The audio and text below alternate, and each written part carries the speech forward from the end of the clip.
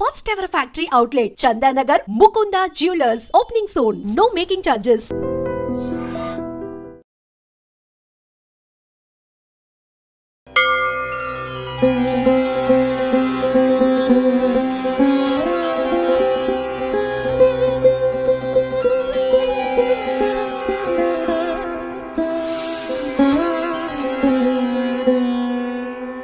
పరమాత్మకు జీవాత్మకు బంధం సంధానమైన ప్రణవనాదం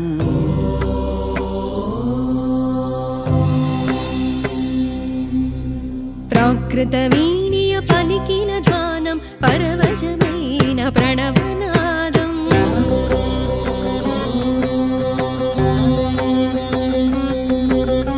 అకార ఉకార మకారముల సమ్మేళనమై ఓంకారం. మీరు చిన్న వయసులోనే ఇలా ఆధ్యాత్మికం వైపు వచ్చి ఒక సిద్ధ గురువు స్థానంలో ఉన్నారు. ఒక మంచి గురువుని మనం ఎలా సెలెక్ట్ చేసుకోవాలి? ఆధ్యాత్మికంగా ఎదగాలి అనుకుంటే గురువు యొక్క అవసరం చాలా ఉంది. ఈరోజు అందరూ గురువులే. ఎవరిని అసలైన గురువు అంటారు? ఈ రెండు లక్షణాలు ఉన్నవాడినే గురువు అని, సిద్ధ గురువు అని అంటారు. మీ గురువులు బాబా అని చెప్పి విన్నాము. అవును, దాని గురించి. నా గురువు షిరిడి సాయిబాబమ్మ. నాకై నేను బాబాను పట్టుకోలేదు. 1994లో ఇది కూడా తీసుకోండి అన్నారు. ఏదో తెలియని ఫీలింగ్. నేను మంచం మీద పడుకున్నాను. ఆ మంచం మీద నా దేహం ఉంది. వచ్చి ఆయన ఈ చిటికెన వేలతో నన్ను ఇలా టచ్ చేశాడు. ఆకాశంలోకి ఇద్దరం కలిసి వెళ్ళాం పైకి. చాలా దూరం వెళ్ళిన తర్వాత బాబా అదృశ్యమైపోయాడు. ఇప్పుడు బాబా బాబా అని గట్టిగా అరిచాను. అరిస్తే నేను మంచం మీదనే ఉన్నా. ఇంకా ఆ క్షణం నుంచి లైఫ్ మారిపోయింది. బాబా అసలు దేవుడు కాదని చెప్పి, ఒక ఫకీర్ అని చెప్పి రకరకాల విమర్శలు అయితే వింటూ ఉన్నాం. చూడమ్మా, ముస్లిం అన్న ముద్ర వేస్తున్నారు. అసలు బాబా ఆయన ముస్లిం అనే దానికి ప్రమాణం లేదు. సాయి అంటే ఏమిటి అంటే సర్వాతీత. ఇది ఎవరు కాదనలేని సత్యం. శ్రీరామనవమి రాబోతోంది. అవును. శ్రీరామనవమి అనగానే అసలు వాస్తవానికి ఆ నవమి తిథి యొక్క ప్రత్యేకత ఏంటి? ఆ రోజు మనం ఆచరించాల్సిన విధానాలు ఏంటి? వాస్తవంగా ఈ నవమి తిథి అనేది ఇక సంఖ్యాశాస్త్రం ప్రకారం నెంబర్ 9. అంటే ఆ రోజుకి ఈ నవమి తిథికి రామునికి సంబంధాలు ఉన్నాయి. ఇవన్నీ చదివానమ్మా నేను. ఇంకా చదివి ఊరుకు కాము కూర్చున్నా. ఎందుకు వచ్చిందని. అసలు ఎందుకు వచ్చింది ఆలోచన మీకు ఇక్కడ ఆలయం నిర్మించాలి అని చెప్పి? ఇదంతా కూడా దైవ సంకల్పం అమ్మా. ఏందయ్యా శివ, ఏం చేయాలి ఇక్కడ నేను? అప్పుడు శివుడు విజన్ ఇచ్చాడు నాకు. ఏమనంటే, నమస్కారం, వెల్కమ్ టు ఐ డ్రీమ్. ధర్మ మార్గం విత్ విజిత కార్యక్రమానికి స్వాగతం.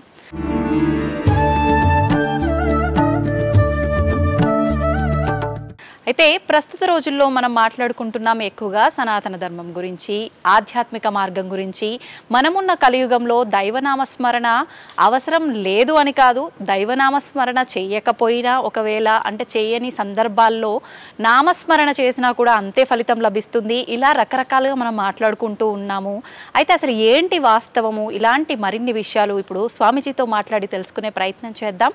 ప్రస్తుతం మనతో పాటు ఉన్నారు. ఆయన చిన్నతనంలోనే ఆధ్యాత్మిక ప్రయాణం వైపు అడుగులేస్తూ ఆయన ఒక గురువుల దగ్గర నుంచి శిష్యుడిగా ఉండి ఇప్పుడు ఒక గురువు స్థానంలో ఉండి ఒక సిద్ధ గురువుగా మారిన వ్యక్తి. ఆయన ఎవరో కాదండి, సిద్ధ గురువులు శ్రీ రమణానంద మహర్షి గారు. ఇప్పుడు వారితో మాట్లాడి ఈ విషయాలకు సంబంధించిన అన్నీ కూడా మాట్లాడుకునే ప్రయత్నం చేద్దాం. నమస్కారం స్వామీజీ. స్వామీజీ, మామూలుగా గురువులు అంటుంటాము. మీరు చిన్న వయసులోనే ఇలా ఆధ్యాత్మికం వైపు వచ్చి ఒక గురువుని ఎంచుకొని వారి ద్వారా ఇప్పుడు మీరు ఒక గురువు స్థానంలో ఉన్నారు, ఒక సిద్ధ గురువు స్థానంలో ఉన్నారు.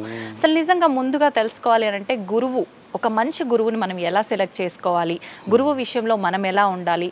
మామూలుగా గురువు విషయంలో కృతజ్ఞతతో ఉండాలి అని అంటుంటారు. ఆ కృతజ్ఞత అనేది ఏ రకంగా ఉండాలి?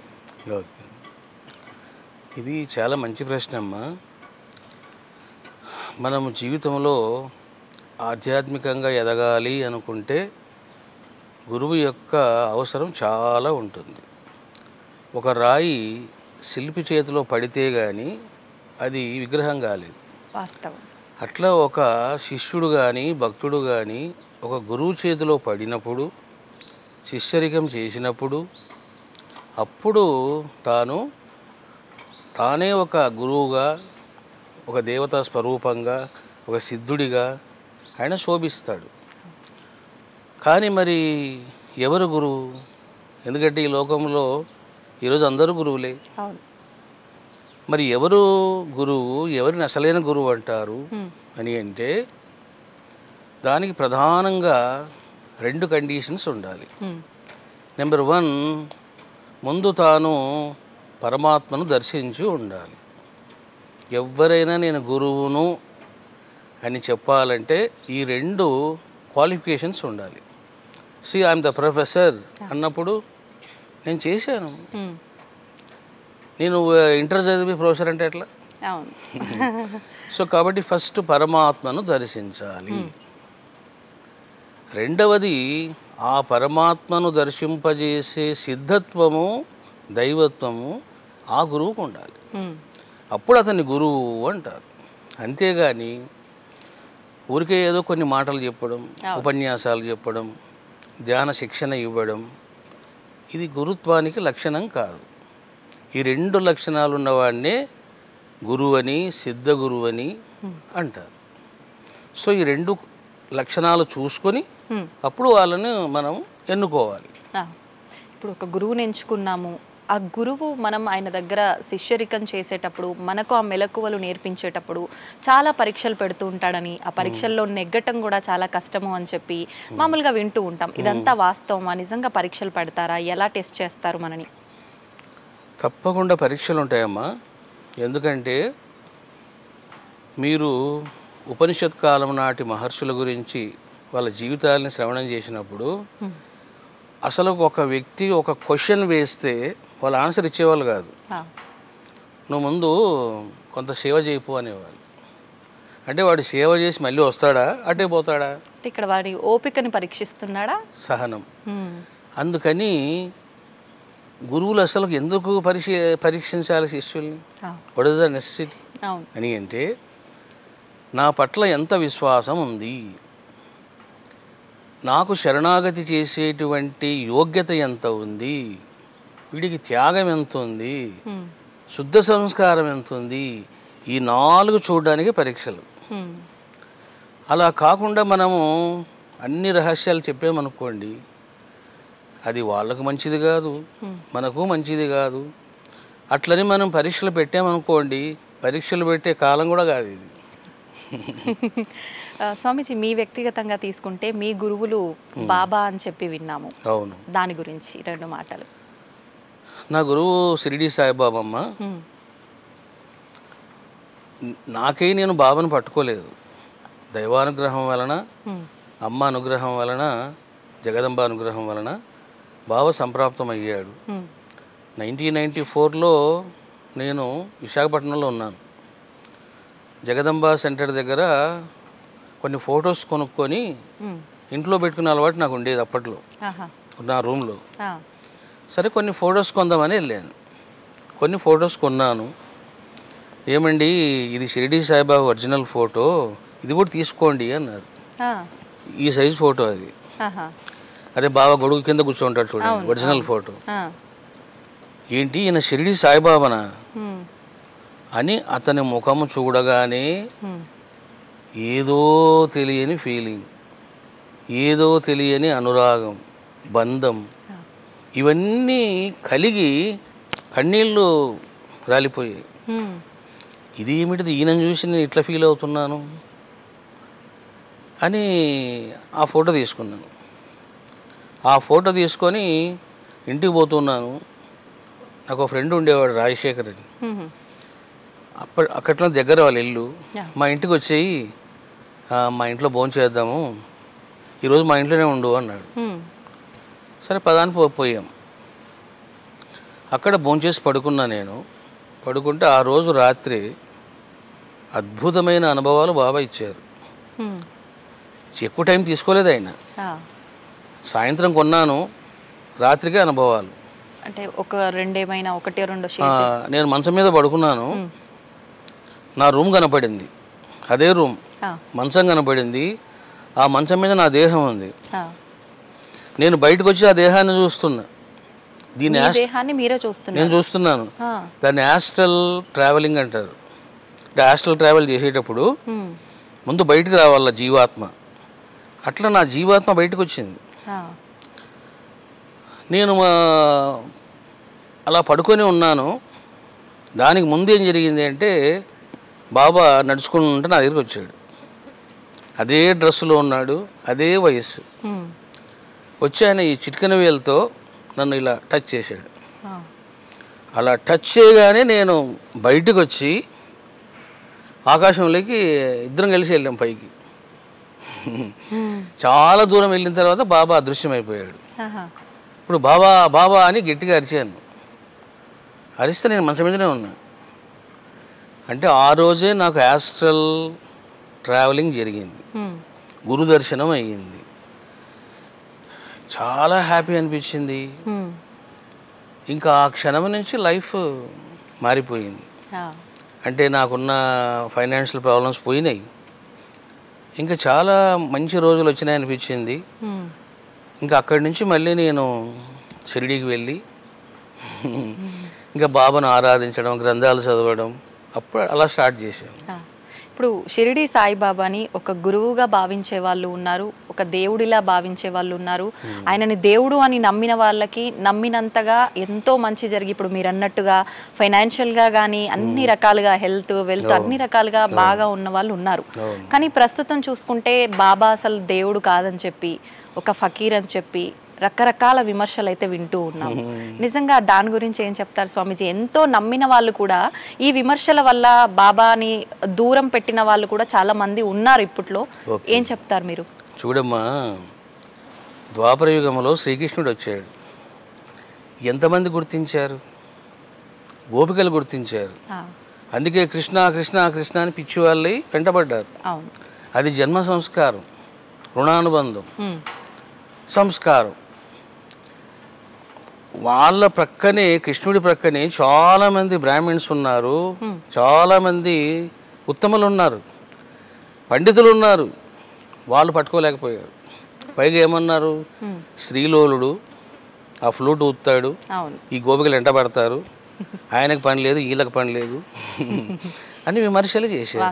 శ్రీలోలుడు అన్నారు కృష్ణుడిని. మరి అదేవిధంగా సాయిబాబాను అసలు ఎవరు అర్థం చేసుకుంటారు? దానికి వివేకం ఉండాలి, పుణ్యం ఉండాలి, శుద్ధ సంస్కారం ఉండాలి. ఇప్పుడు ఎవరైతే బాబాను విమర్శిస్తున్నారో అసలు వాళ్లకు బాబా సచ్చరిత్రలో ఒక అధ్యాయం కూడా వాళ్ళు చదివి ఉండరు. Number 1 point. నెంబర్ 2 పాయింట్ ఏంటంటే వాళ్ళు ముస్లిం అన్న ముద్ర వేస్తున్నారు. అసలు బాబా నేను ముస్లిము, బ్రాహ్మణులు అని చెప్పి నేను రీసెంట్ గానే విన్నాను. వాస్తవమా స్వామీజీ? అంటే అమ్మా, ఆయన ముస్లిం అనే దానికి ప్రమాణం లేదు. ఇప్పుడు ఏదైతే మనం బ్రాహ్మణ్ అని చెప్తున్నామో, కుల బ్రాహ్మణ్స్ అని, దానికి కూడా ప్రమాణం లేదు. కానీ ఆయన ఎట్లా బ్రాహ్మణుడో నేను చెప్తాను. వీళ్ళు ఒక ముద్ర వేశారు, అంటే ఆయన ముస్లిం అని. ఈ ముస్లిం అనే ముద్ర వేయడం వల్లనే ఒక మత ఛాదస్థానికి గురై ద్వేషభావంతో అత్త మీద కోపం దుత్త మీద చూపించినట్లు బాబా మీద చూపిస్తున్నారు. సాయి అంటే ఏమిటిది అంటే సర్వాతీత, నేనే శివుడను అని నిరూపించిన దైవం ఎవరైనా ఈ 4 యుగాల్లో ఉన్నారంటే సాయిబాబా మాత్రమే. సాయిబాబా మాత్రమే. ఎందుకంటే అమ్మా, భగవంతుడు సర్వవ్యాపి అనేది అందరూ చెప్పారు. ఆదిశంకరాచార్యులు చెప్పారు, వ్యాసుడు చెప్పారు, ఎంతోమంది గురువులు చెప్పారు. కానీ ప్రతి జీవిలో నేను ఉన్నాను అని నిరూపించిన ఏకైక మహనీయుడు షిరిడి సాయిబాబా. ఇది ఎవరు కాదనలేని సత్యం. పందికి రొట్టె వేస్తే నాకు రొట్టె వేసావమ్మా అన్నాడు. కుక్కను కొడితే నన్ను కొట్టావే అన్నాడు. నాన్న చంద్రకర్ నైవేద్యం పెడితే ఈగల స్వరూపంగా నేను తిన్నాను అన్నాడు. గుర్రాన్ని కొడితే అరే తుకారం క్యూరే హంకు మారా అన్నాడు. ఒక చెట్టును కొడితే కూడా ఒరే నన్ను ఎందుకు నరికేస్తున్నారు అన్నాడు. ఒక చెట్టును చూసావమ్మా. అంటే ఈ విధంగా సర్వవ్యాపకత్వమును చూపించి అహమేవ శివ అహమేవ విరాట్ పురుష అని నిరూపించిన మహాసిద్ధుడు ఎవరయ్య అంటే బాబా. అటువంటి బాబాను ముస్లిం అంటున్నారు. ఇప్పుడు శ్రీకృష్ణుడు ఎవరు? బ్రాహ్మణుడు కాదు కదా, యాదవుడు. మరి యాదవుడిని బ్రాహ్మణులు ఎందుకు మొక్కుతున్నారు? అక్కడ కుల ప్రసక్తి కాదు, దైవత్వ ప్రసక్తి, సిద్ధత్వ ప్రసక్తి. రాముడు ఎవరు? ఆయన బ్రాహ్మణుడు కాదే, క్షత్రియుడు, రాజు. మరి ఎందుకు ఆరాధిస్తున్నారు? అక్కడ కులం ప్రసక్తి కాదు, దైవత్వం, సిద్ధత్వం, పవిత్రత, గుణాలు ఇవి ఇంపార్టెంట్. ఈ రకంగా బాబా ముస్లిం అనేదానికి ఎక్కడ ప్రమాణాలు లేవు. మీకు ఇంకో విషయం చెప్తాను. కోర్టులో ఒక పెద్ద కేసే వేశారు. ఆయన ముస్లిము ఈ విధంగా హిందువులను ఆయన పాడు చేస్తున్నాడు అని. అప్పుడు అన్ని రకాలుగా వాదోపవాదాలు జరిగిన తర్వాత షిరిడీ సాయిబాబా ముస్లిం కాదు అని కోర్టు తీర్పిచ్చింది. మరి ఇంక చెప్పమ్మా. కాబట్టి ఇక్కడ తెలుసుకోవాల్సింది ఏంటంటే మనుషులకు కులం ఉంటుంది, గోత్రం ఉంటుంది, సిద్ధులకు ఉండదు. సిద్ధులకు ఉండదు, అవతార పురుషులకు ఉండదు. కాబట్టి షిరిడీ సాయిబాబా ముస్లిం కాదు, ఆయన మనిషి కాదు, ఆయన మానవాతీతుడు. స్వామిజీ గోత్రం అన్నారు కాబట్టి నాకు ఎప్పటి నుంచో అడగాలనుంది. ఈ గోత్రాలు, ఈ ఇంటి పేర్లు, ఇవన్నీ కూడా అసలు ఈ పుట్టుక అనేది ఎక్కడి నుంచి వచ్చింది వాటికి? అంటే ఇప్పుడు ఒక్కొక్క మహనీయుడు అవతరిస్తాడమ్మా. ఇప్పుడు ఒక ఋషి అవతరిస్తాడు. అంగీరస మహర్షి ఉన్నాడు, ఆయన యొక్క సంతానం, ఆ సంతానానికి సంతానం, అలా అలా అలా అలా వెళ్తే ఏమవుతుందంటే అది గోత్రంగా మారిపోతుంది. అంగీరస గోత్ర అంటే ఆయనకు సంబంధించిన వాడిని. అట్లా మనకు విశ్వామిత్ర, అంగీరస, భరద్వాజ, జమదగ్ని, ఇట్లా గోత్రాలు వచ్చాయి రకరకాలుగా. దానికి మూలం ఏదైతే వ్యక్తి ఉన్నారో ఆయన పేరు మీదుగా అలా అంతే, వాడుకలో మూలం ఋషులే. స్వామిజీ ఆధ్యాత్మికత, సనాతన ధర్మము, మనం ఈ మధ్య కాలంలో అంటే ఇప్పుడు కొత్తగా మాట్లాడుకునేది ఏం కాదు, మన సనాతన ధర్మం. దానికి అసలు ఆది ఎక్కడుందో అంతం ఎక్కడుందో కూడా ఎవరు చెప్పలేమని అంటుంటారు. కానీ ప్రస్తుత రోజుల్లో ఎక్కువగా మాట్లాడుకుంటున్నాం, ఎక్కువగా వినిపిస్తుంది కూడా. మరి సోషల్ మీడియా ప్రభావమా లేకపోతే ఎక్కువగా దానికోసం పాటు పడుతున్నారో ఏంటో తెలియదు కానీ వినిపిస్తోంది. అసలు ఏంటి సనాతన ధర్మం గురించి చెప్పాలి అని అంటే ఎంత చెప్పినా తక్కువే. ఏం చెప్తారు స్వామిజీ? సనాతన ధర్మము అంటే అమ్మా, అనాది కాలములో, పురాతన కాలములో మన మహర్షులు ఏమి చదువుకున్నారు, ఎట్లా ఆచరించారు, ఏ సాధనలు చేశారు, ఏ దైవాన్ని పట్టుకున్నారు, దాన్ని ఆచరించడమే సనాతన ధర్మం. ఇప్పుడు అత్రి మహర్షి ఉన్నాడు, ఆయన ఎవరిని ఆరాధించాడు? అగస్త్య మహర్షి ఉన్నాడు, ఆయన ఎవరు జపం చేశాడు అని తెలుసుకుంటే ఓహో మన యొక్క పూర్వీకులు వీళ్ళు ఈ విధంగా ఆరాధించారు, వీరిని ఆరాధించారు, కాబట్టి మనం కూడా అట్లా ఆరాధించాలి అని పరంపరాగతంగా ఆలోచించడమే సనాతన ధర్మం. కానీ ఈరోజు ఏంటంటే అదొక పెద్ద ఫ్యాషన్ వర్డ్ అయిపోయింది. ఏం చేసినా సనాతన ధర్మమే అంటున్నారు. అసలు సనాతన ధర్మం అనే పదానికి నిర్వచనం కూడా చాలా మంది తెలియదు. ఏంటి స్వామిజీ? యత్ యత్ ఆచరతి శ్రేష్ఠ. శ్రేష్ఠ అంటే ఎవరు?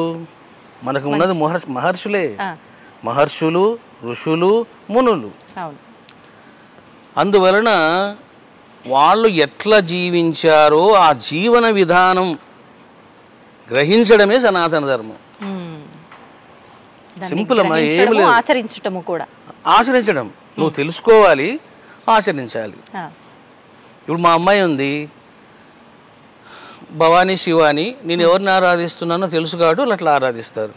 రేపొద్దున వాళ్లకు పిల్లలు పిల్లలు పిల్లలు పిల్లలు పుడతారు, ఒకరోజు ఒక క్వశ్చన్ పడుతుంది, అసలు ఈ రమణానంద స్వామి అనే మా బంధువు మా ముత్తాత ఎవరిని రాయిన ఈయన ప్రేమించాడు అని క్వశ్చన్ పడుతుంది కదా. తప్పకుండా అది ఆయన షిరిడి సాయి శిష్యుడు, శివభక్తుడు, శక్తి భక్తుడు అంటారు. అదే సనాతన ధర్మం. సో ఏదైతే మన పూర్వీకులు ఆచరించారో ప్రబోధించారో అదే సనాతన ధర్మం. వాళ్ళు ఏం చెప్పారో వాళ్ళు ఎట్లా ఆచరించారో అవి తెలుసుకుని మనం అట్లా ఆచరించాలి. అన్ని మనం ఆచరించలేకపోవచ్చు. వాళ్ళు ఆనాడు ఫలములు తిన్నారు, మనం ఎక్కడ తింటాం? వేడి వేడిగా ఇడ్లీలు, వడలు, దోశలు కావాలి మనకు ఏమ్మా. కాబట్టి అన్ని మనం ఆచరించలేము, కొన్నైనా ఆచరించాలి. కొన్నైనా అంటే ఏమిటి? ఇగో అభిషేకం చెయ్యి, నీకేంటి బాధ, హవనం చెయ్యి, ధ్యానము చెయ్యి, జపము చెయ్యి, గ్రంథాలు చదువు, ఎంత సనాతన ధర్మమే. ఇప్పుడు వేదాలు అంటుంటారు, అది సనాతన ధర్మంలో ఒక భాగమా లేదు అంటే రెండు ఒకటేనా? అసలు మన సనాతన ధర్మానికి మూలమే వేదం. మూలమే వేదం. దేనికైనా ఒక శాస్త్రం ప్రమాణంగా ఉంటుందమ్మా. ఇప్పుడు ఒక అమ్మాయి ఒక అబ్బాయిని వివాహం చేసుకోవాలి, పెద్దలు చెయ్యాలి. ఏమిటిది ధర్మం? ఆ అబ్బాయి ఏ కులస్తుడు, మన కులస్తుడేనా చూసారా? ఫస్ట్ కులము కదా, ఎందుకంటే ధర్మం అది. మా కులస్తునే చేసుకోవాలి అని చేసుకుంటున్నారు. అదేవిధంగా ఇక్కడ కూడా ఏంటంటే మనకు వేదము ఇంపార్టెంట్ థింగ్గా పనిచేస్తుంది అన్నమాట. అయితే ఇప్పుడు ఆదిశంకరాచార్యులు అద్వైతం అని చెప్పారు. దానికన్నా ముందు నుంచే మన సనాతన ధర్మము, ఈ వేద ధర్మము ఇవన్నీ కూడా ఉన్నాయి. దీనికి దానికి వ్యత్యాసం ఏంటి స్వామీజీ? ఏమి లేదమ్మా, ఇప్పుడు వీళ్ళందరూ ఏం చేశారంటే ప్రచారం చేశారు. ఇప్పుడు రమణానంద స్వామి వచ్చాడు,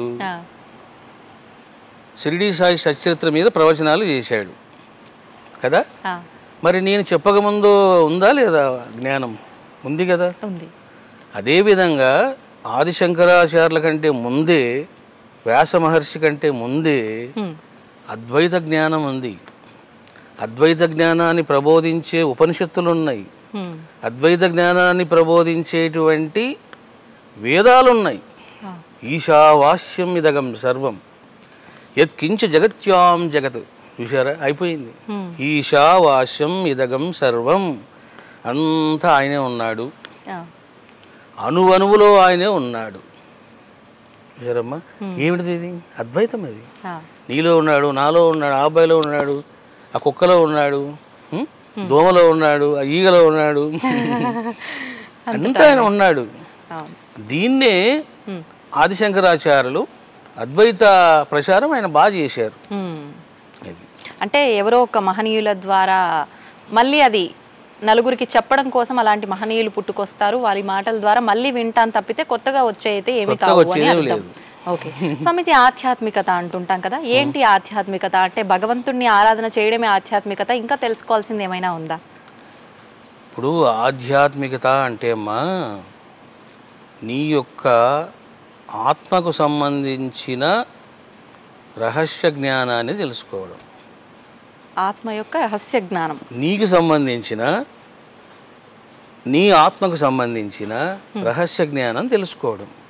ఇప్పుడు నేనున్నాను, మీరున్నారు, మీకో దేహం ఉంది, నాకో దేహం ఉంది. ఒకరోజు మన ఇద్దరం విడిచిపెట్టి వెళ్ళిపోతాము. ఎవరు వెళ్ళిపోతున్నారు? శరీరం మాత్రమే ఉంటుంది ఇక్కడ, ఆత్మ వెళ్ళిపోతుంది. ఎక్కడికి వెళ్ళిపోతుంది? మళ్ళీ ఎప్పుడు వస్తుంది? ఎందుకు వస్తుంది? మళ్ళీ అదే రూపంలో వస్తుందా? ఇంకో బాడీ ఏమైనా తీసుకుంటుందా? ఇదంతా ఆత్మవిద్య అంటారు. ఈ ఆత్మవిద్యను తెలుసుకోవడమే బ్రహ్మ విద్య. ఎప్పుడైతే నువ్వు నీ గురించి తెలుసుకుంటావో ఆటోమేటిక్గా నువ్వు దేవుడి దగ్గరికి వెళ్ళిపోతావు. రే నేను జీవాత్మను అని ముందు ఆత్మవిద్యలో పడతాడు. ఇప్పుడు మీరు చూడండి, ఎంతసేపు మనము ప్రాపంచికంగా స్థూలంగా ఉంటూ ఉన్నాం. ఇప్పుడు నేను ఇట్లే కూర్చొని నేను సాధన బాగా చేశాను అనుకోండి, మీరు కూడా బాగా చేశారనుకోండి, మీరు ఇలాగే కూర్చొని మీ దేహం నుండి ఈ సూక్ష్మ శరీరం బయటకు వస్తుంది. ఈ సూక్ష్మ శరీరం బయటకు వస్తుంది, మీరు సంకల్పం ఇస్తారు, ఇప్పుడు ఒకసారి నేను మా ఇంటికి వెళ్ళేసి రావాలి. ఇది మీరు మీ ఇంటికి వెళ్ళేసి మీ ఇంట్లో మీ అమ్మగారు ఏం చేస్తున్నారు చూసి రావచ్చు మీరు. ఇదే వాల్మీకి మహర్షి సీతకు ప్రసాదించాడు. సీతాదేవి ఏడుస్తుంటే, ఎందుకమ్మా ఏడుస్తావు, రాముడు ఇంకో పెళ్లి చేసుకోలేదు, ఆయన విగ్రహం పెట్టి వివాహం చేసుకున్నాడు, కార్యక్రమం చేయించాడు అని చెప్పి శక్తిపాతం చేస్తాడు వాల్మీకి మహర్షి. చేస్తే అప్పుడు సీత నుంచి ఒక బాడీ బయటకు వచ్చి వెళ్ళి రాముడిని చూస్తుంది. జీవాత్మకు టచ్ చేసే యోగ్యత ఉండదు, చూడడమే అంతే. ఆ చూసి ఏడ్చుకుంటూ వచ్చేస్తుంది మళ్ళీ ఆమె సీతాదేవి. గొప్ప సన్నివేశం అది. అట్లా ఎప్పుడైతే మీరు ఆత్మవిద్యలో పడతారో మీకు ఏం అనుభవం అవుతుందంటే, అరే నేను ఈ దేహం కాదు, నేను ఒక జీవాత్మను, నాకు చావు లేదు, పోతే ఈ దేహం పోతుంది అంతే. ఇది తెలిసిందనుకో వాడు ఇంకా బాధపడడు. లేదనుకో నేను ఇప్పుడు ఉంటాను పోతాను ఇంకెన్నాళ్ళు ఉంటాను అనుకుంటాడు. అరే నువ్వు ఎక్కడికి పోతావురా బాబు, ఇప్పుడు అయిపోయింది, ఇంటికి పోయాము చొక్క తీసి వదలు వాడేస్తాం, దాని పని అయిపోయింది. ఈ జన్మలో ఈ బాడీ కథ కూడా అంతే. కాబట్టి ఫస్ట్ ఆత్మవిద్య, ఆత్మవిద్య తర్వాత బ్రహ్మ విద్య. ఎప్పుడైతే ఇంకా నువ్వు బ్రహ్మం తెలుసుకుంటావో అప్పుడు నువ్వు చెప్తావు నేనే దేవుణ్ణి. కానీ అలా ఎవరైనా చెప్పారంటే నేనే దేవుణ్ణి అని చెప్పి వీడు పిచ్చోడ్రా, వీడికి ఏదో అయ్యింది, ఖచ్చితంగా వీడిని ఎక్కడో చూపించాల్సిందే, ఇలా మాట్లాడతారు కదా స్వామీజీ. గ్యారెంటీ మాట్లాడతారు. అందుకే మనం చెప్పకూడదమ్మా. అద్వైత అని అంటే you should not express in the words, you should express only in action. అంతే. ఏంటి అతను లెగడా, భోంచేయడా, తాగడా, పడుకోడా అని యాక్షన్లో రావాలి. అది కానీ మనిషికి యాక్షన్ ఉండదు, మాటలు బాగేయాల్సిందే. ఓకే స్వామీజీ, ఆత్మ పరమాత్మ ఏంటి? ఆత్మకి పరమాత్మకి ఉన్న సంబంధం? ఆత్మ అంటే జీవాత్మ. ఇప్పుడు మీరున్నారు, మీకంటూ కొన్ని గుణాలు, కొన్ని వాసనలు, కొన్ని సంస్కారాలు, కొన్ని ఎక్స్పీరియన్సెస్, కొంత నాలెడ్జ్, ఇవన్నీ సమాహారంగా ఉంటుందన్నమాట. దాన్ని లింగ శరీరము అంటారు. అది జీవాత్మ. పరమాత్మ అంటే ఏంటంటే, ఇప్పుడు ఆ ఫ్యాన్ కదులుతూ ఉంది, ఆ ఏసీ పని చేస్తూ ఉంది, ఎట్లా పని చేస్తుంది అది? There is a power. అక్కడ పవర్ లేకపోతే కరెంటు పోయిందనుకోండి అది ఆగిపోతుంది. వాస్తవం. అట్లా మన దేహములో కూడా ఒక పవర్ ఉంది, అదే పరమాత్మ. దాన్ని శక్తి అన్నా శివ అన్నా ఏ పేరు పెట్టి పిలిచినా మనలో ఉన్నటువంటి నిరాకార పరంజ్యోతి తత్వమే శివ. ఏదైతే మనం ఎక్స్పీరియన్స్ చేస్తున్నామో అదంతా జీవాత్మ అన్నమాట. ఎప్పుడైతే ఈ జీవాత్మ పరమాత్మలో కలుస్తాడో, నది వెళ్ళి సముద్రంలో కలిసింది, ఇంకా నది ఎక్కడ ఉంది? అయిపోయింది, సముద్రం అయిపోయింది. దాన్ని అద్వైతము అంటారు. స్వామీజీ, ఇప్పుడు మామూలుగా భగవంతుడు అనంటే ఇప్పుడు మీరు అన్నట్టుగా ఎన్నో రూపాలతో ఎన్నో పేర్లతో పిలుస్తుంటాం, పూజలు చేస్తుంటాం. అసలు మామూలుగా ఈ సృష్టి, భగవంతుడు ఇవన్నీ ఎలా మొదలయ్యాయి అనంటే ఒక శక్తి ద్వారా ఇవన్నీ ఉద్భవించాయి అని మాట్లాడతారు. సేమ్ టైం మళ్ళీ సృష్టి స్థితి లయకారులు అని చెప్పి బ్రహ్మ విష్ణు మహేశ్వరులు వీరే మొత్తానికి మూల కారణం అని చెప్తారు. అసలు ఎక్కడి నుంచి మూలం ఈ భగవంతుడు, ఇదంతా కాన్సెప్ట్ అసలు ఎక్కడి నుంచి వచ్చింది? ఇప్పుడు ఉన్నది నిరాకార తత్వం. ఆ నిరాకార తత్వం ఏంటంటే అమ్మవారి యొక్క శక్తితో కలబోసుకొని ఉంటుంది. అంటే సూర్యుడు, ఆయనలోని వెలుగు, అగ్ని దహన శక్తి, మల్లెపువ్వు సుగంధం, బెల్లము తీయదనం, ఇట్లా అవన్నీ మమైక్యమై ఉంటుందన్నమాట. పదార్థం లక్షణం లాగానా ఉంటుంది. ఎప్పుడైతే ఈ నిరాకార పరబ్రహ్మము మాయతో సంబంధం పెట్టుకుంటాడో ఏకము అనేకమవుతుంది. ఏకము అనేకమవుతుంది. ఎలా స్వామిజీ? ఎలాగంటే మాయ అంటేనే ఒక విశ్వస్వరూపిణి, ఆమె విశ్వమోహిని, విశ్వవశంకరి. అందువల్ల శివ శక్తి. ఒక పాము లోన ఒక విషం ఉన్నట్లు మాయాశక్తి ఉంటుంది. ఈ మాయాశక్తి ఎప్పుడైతే సంబంధం పెట్టుకుంటాడో దేవుడైనా అప్పుడు ఆయన సాకార స్వరూపుడు అవుతాడు. అది సాకార స్వరూపుడు అవుతాడు. ఎప్పుడైతే సాకార స్వరూపుడు అవుతాడో అయిపోయింది. ఇప్పుడు మొత్తం బాడీ వచ్చింది. ఇప్పుడు తాను ఎంజాయ్ చేయడానికి ఇంకో బాడీ కావాలి. ఈ రకంగా ఇంకా శాఖోపశాఖలుగా అవుతుంది. ఇంకా వాళ్ళ నుంచి తన్మాత్రలు, పంచభూతాలు ఇవన్నీ ఇంకా 1 by 1 పుడతాయి. ఇప్పుడు ఆకాశం ఉంది, స్థూల చాలా సూక్ష్మం అది. ఆకాశం నుంచి వాయు, వాయువు నుంచి అగ్ని, అగ్ని నుంచి జలము, జలము నుంచి పృథివీ. అంటే ఒకదానికి ఇంకొకటి కారణమవుతూ ఉన్నది. మరి ఆకాశానికి కారణం ఏమిటిది అంటే దాని అవ్యక్తము అంటారు. అవ్యక్తం. అవ్యక్తం అంటే ఏంటో కదా, అమ్మవారే శక్తి. మరి అమ్మకు కారణం ఏంటి అంటే పరబ్రహ్మం. అందుకే పరబ్రహ్మము, పరాశక్తి వాళ్ళ నుంచి ఇదంతా వచ్చింది. ఇప్పుడు భగవంతుణ్ణి మనం ఎక్కడా వెతకాల్సిన అవసరం లేదు. అంతటా భగవంతుడు ఉన్నాడు, మనలో ఉన్నాడు, పక్కనున్నాడు, ప్రతి వస్తువులో, పదార్థంలో, ప్రతి దగ్గర ఉన్నాడు అంటాం.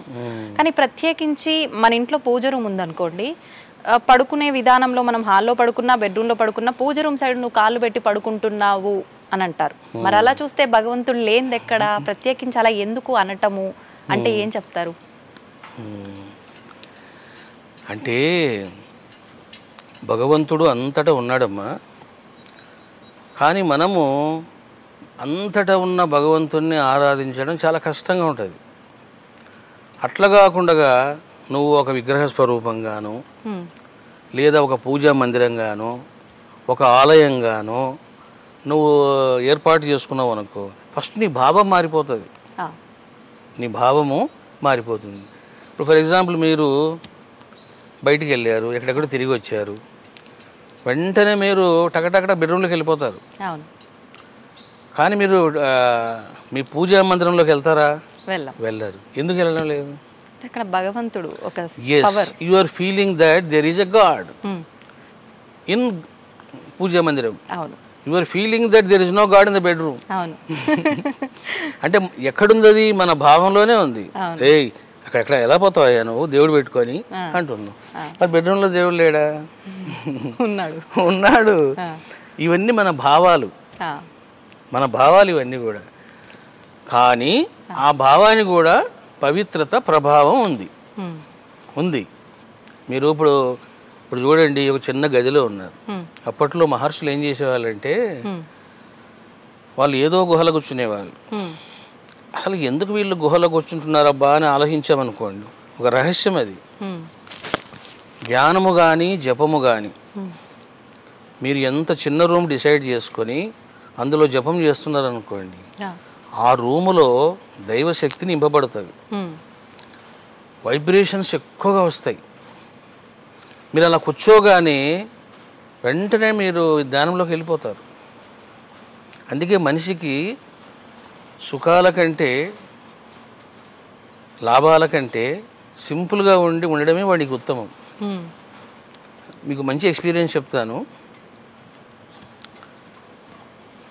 నేను విశాఖపట్నంలో లెక్చరర్గా పనిచేసేవాడిని. నేను పనిచేసేది 3 గంటలే, 3,000 ఇచ్చేవాళ్ళు. రోజుకు 3 గంటలు 3,000 ఇచ్చేవాళ్ళు. ఆ 3,000తోనే నేను సంసారం చేసేవాడిని. అప్పుడు నేను 1 bedroom హౌస్ తీసుకున్నాను. ఆ అమ్మాయి ఇట్లా వంట చేసుకునేది, చిన్న హాల్ ఉండేది, ఆ హాల్లో అమ్మాయి పడుకునేది, ఇంకో గది ఉండేది. ఆ గదిలో నేను ధ్యానం చేసేవాడిని.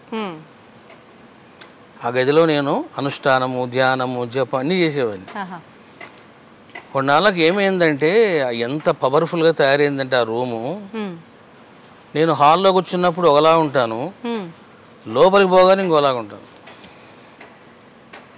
కొన్నాళ్ళకు నేను అక్కడ కూర్చుంటే చాలా రూమ్లోకి ఎవరైనా అడుగు పెడితే వాళ్ళ మనసులో మాటలు చెప్పేవాడిని. అబ్బా ఏం దేవుడో ఏం పాడో ఏం గురువులో అని మీరు అనుకుంటూ వచ్చారనుకోండి, నేను అనుకోకుండానే చెప్పేస్తాను ఏం గురువులో ఏం పాడో అని. అలా చెప్పేవాడిని. అలా చెప్పగానే వాళ్ళు కంగు తినిపోయేవాళ్ళు. ఇదేంటి నా మనసులో మాట చెప్తున్నాడు ఈ స్వామి అని. ఎట్లా నాకు ఆ పవర్ వచ్చింది? వైబ్రేషన్స్. అట్లా మీరు అన్నది మంచి ప్రశ్న. ఇది ప్రతి మనిషి కూడా అమ్మా దేవుడి గది అన్నది చాలా ఇంపార్టెంట్. అంటే మన భావన ప్రకారంగా మనం ఇలా వాడుకలో ఒక నిర్దిష్టంగా అక్కడ ఉన్నాడు అని అంటే మనం అక్కడ ఉన్నాడు అని చెప్పి అప్పుడైనా పాటిస్తామేమో. అవునవును, ఇది ఒక ఆధారం అని అనుకోవచ్చు దానికి. ఇప్పుడు మనము చేసే కర్మ, మన భావాలు ఆ రూమ్లో ఉంటాయి. ఓకే. నేను ఒకసారి విశాఖపట్నంలో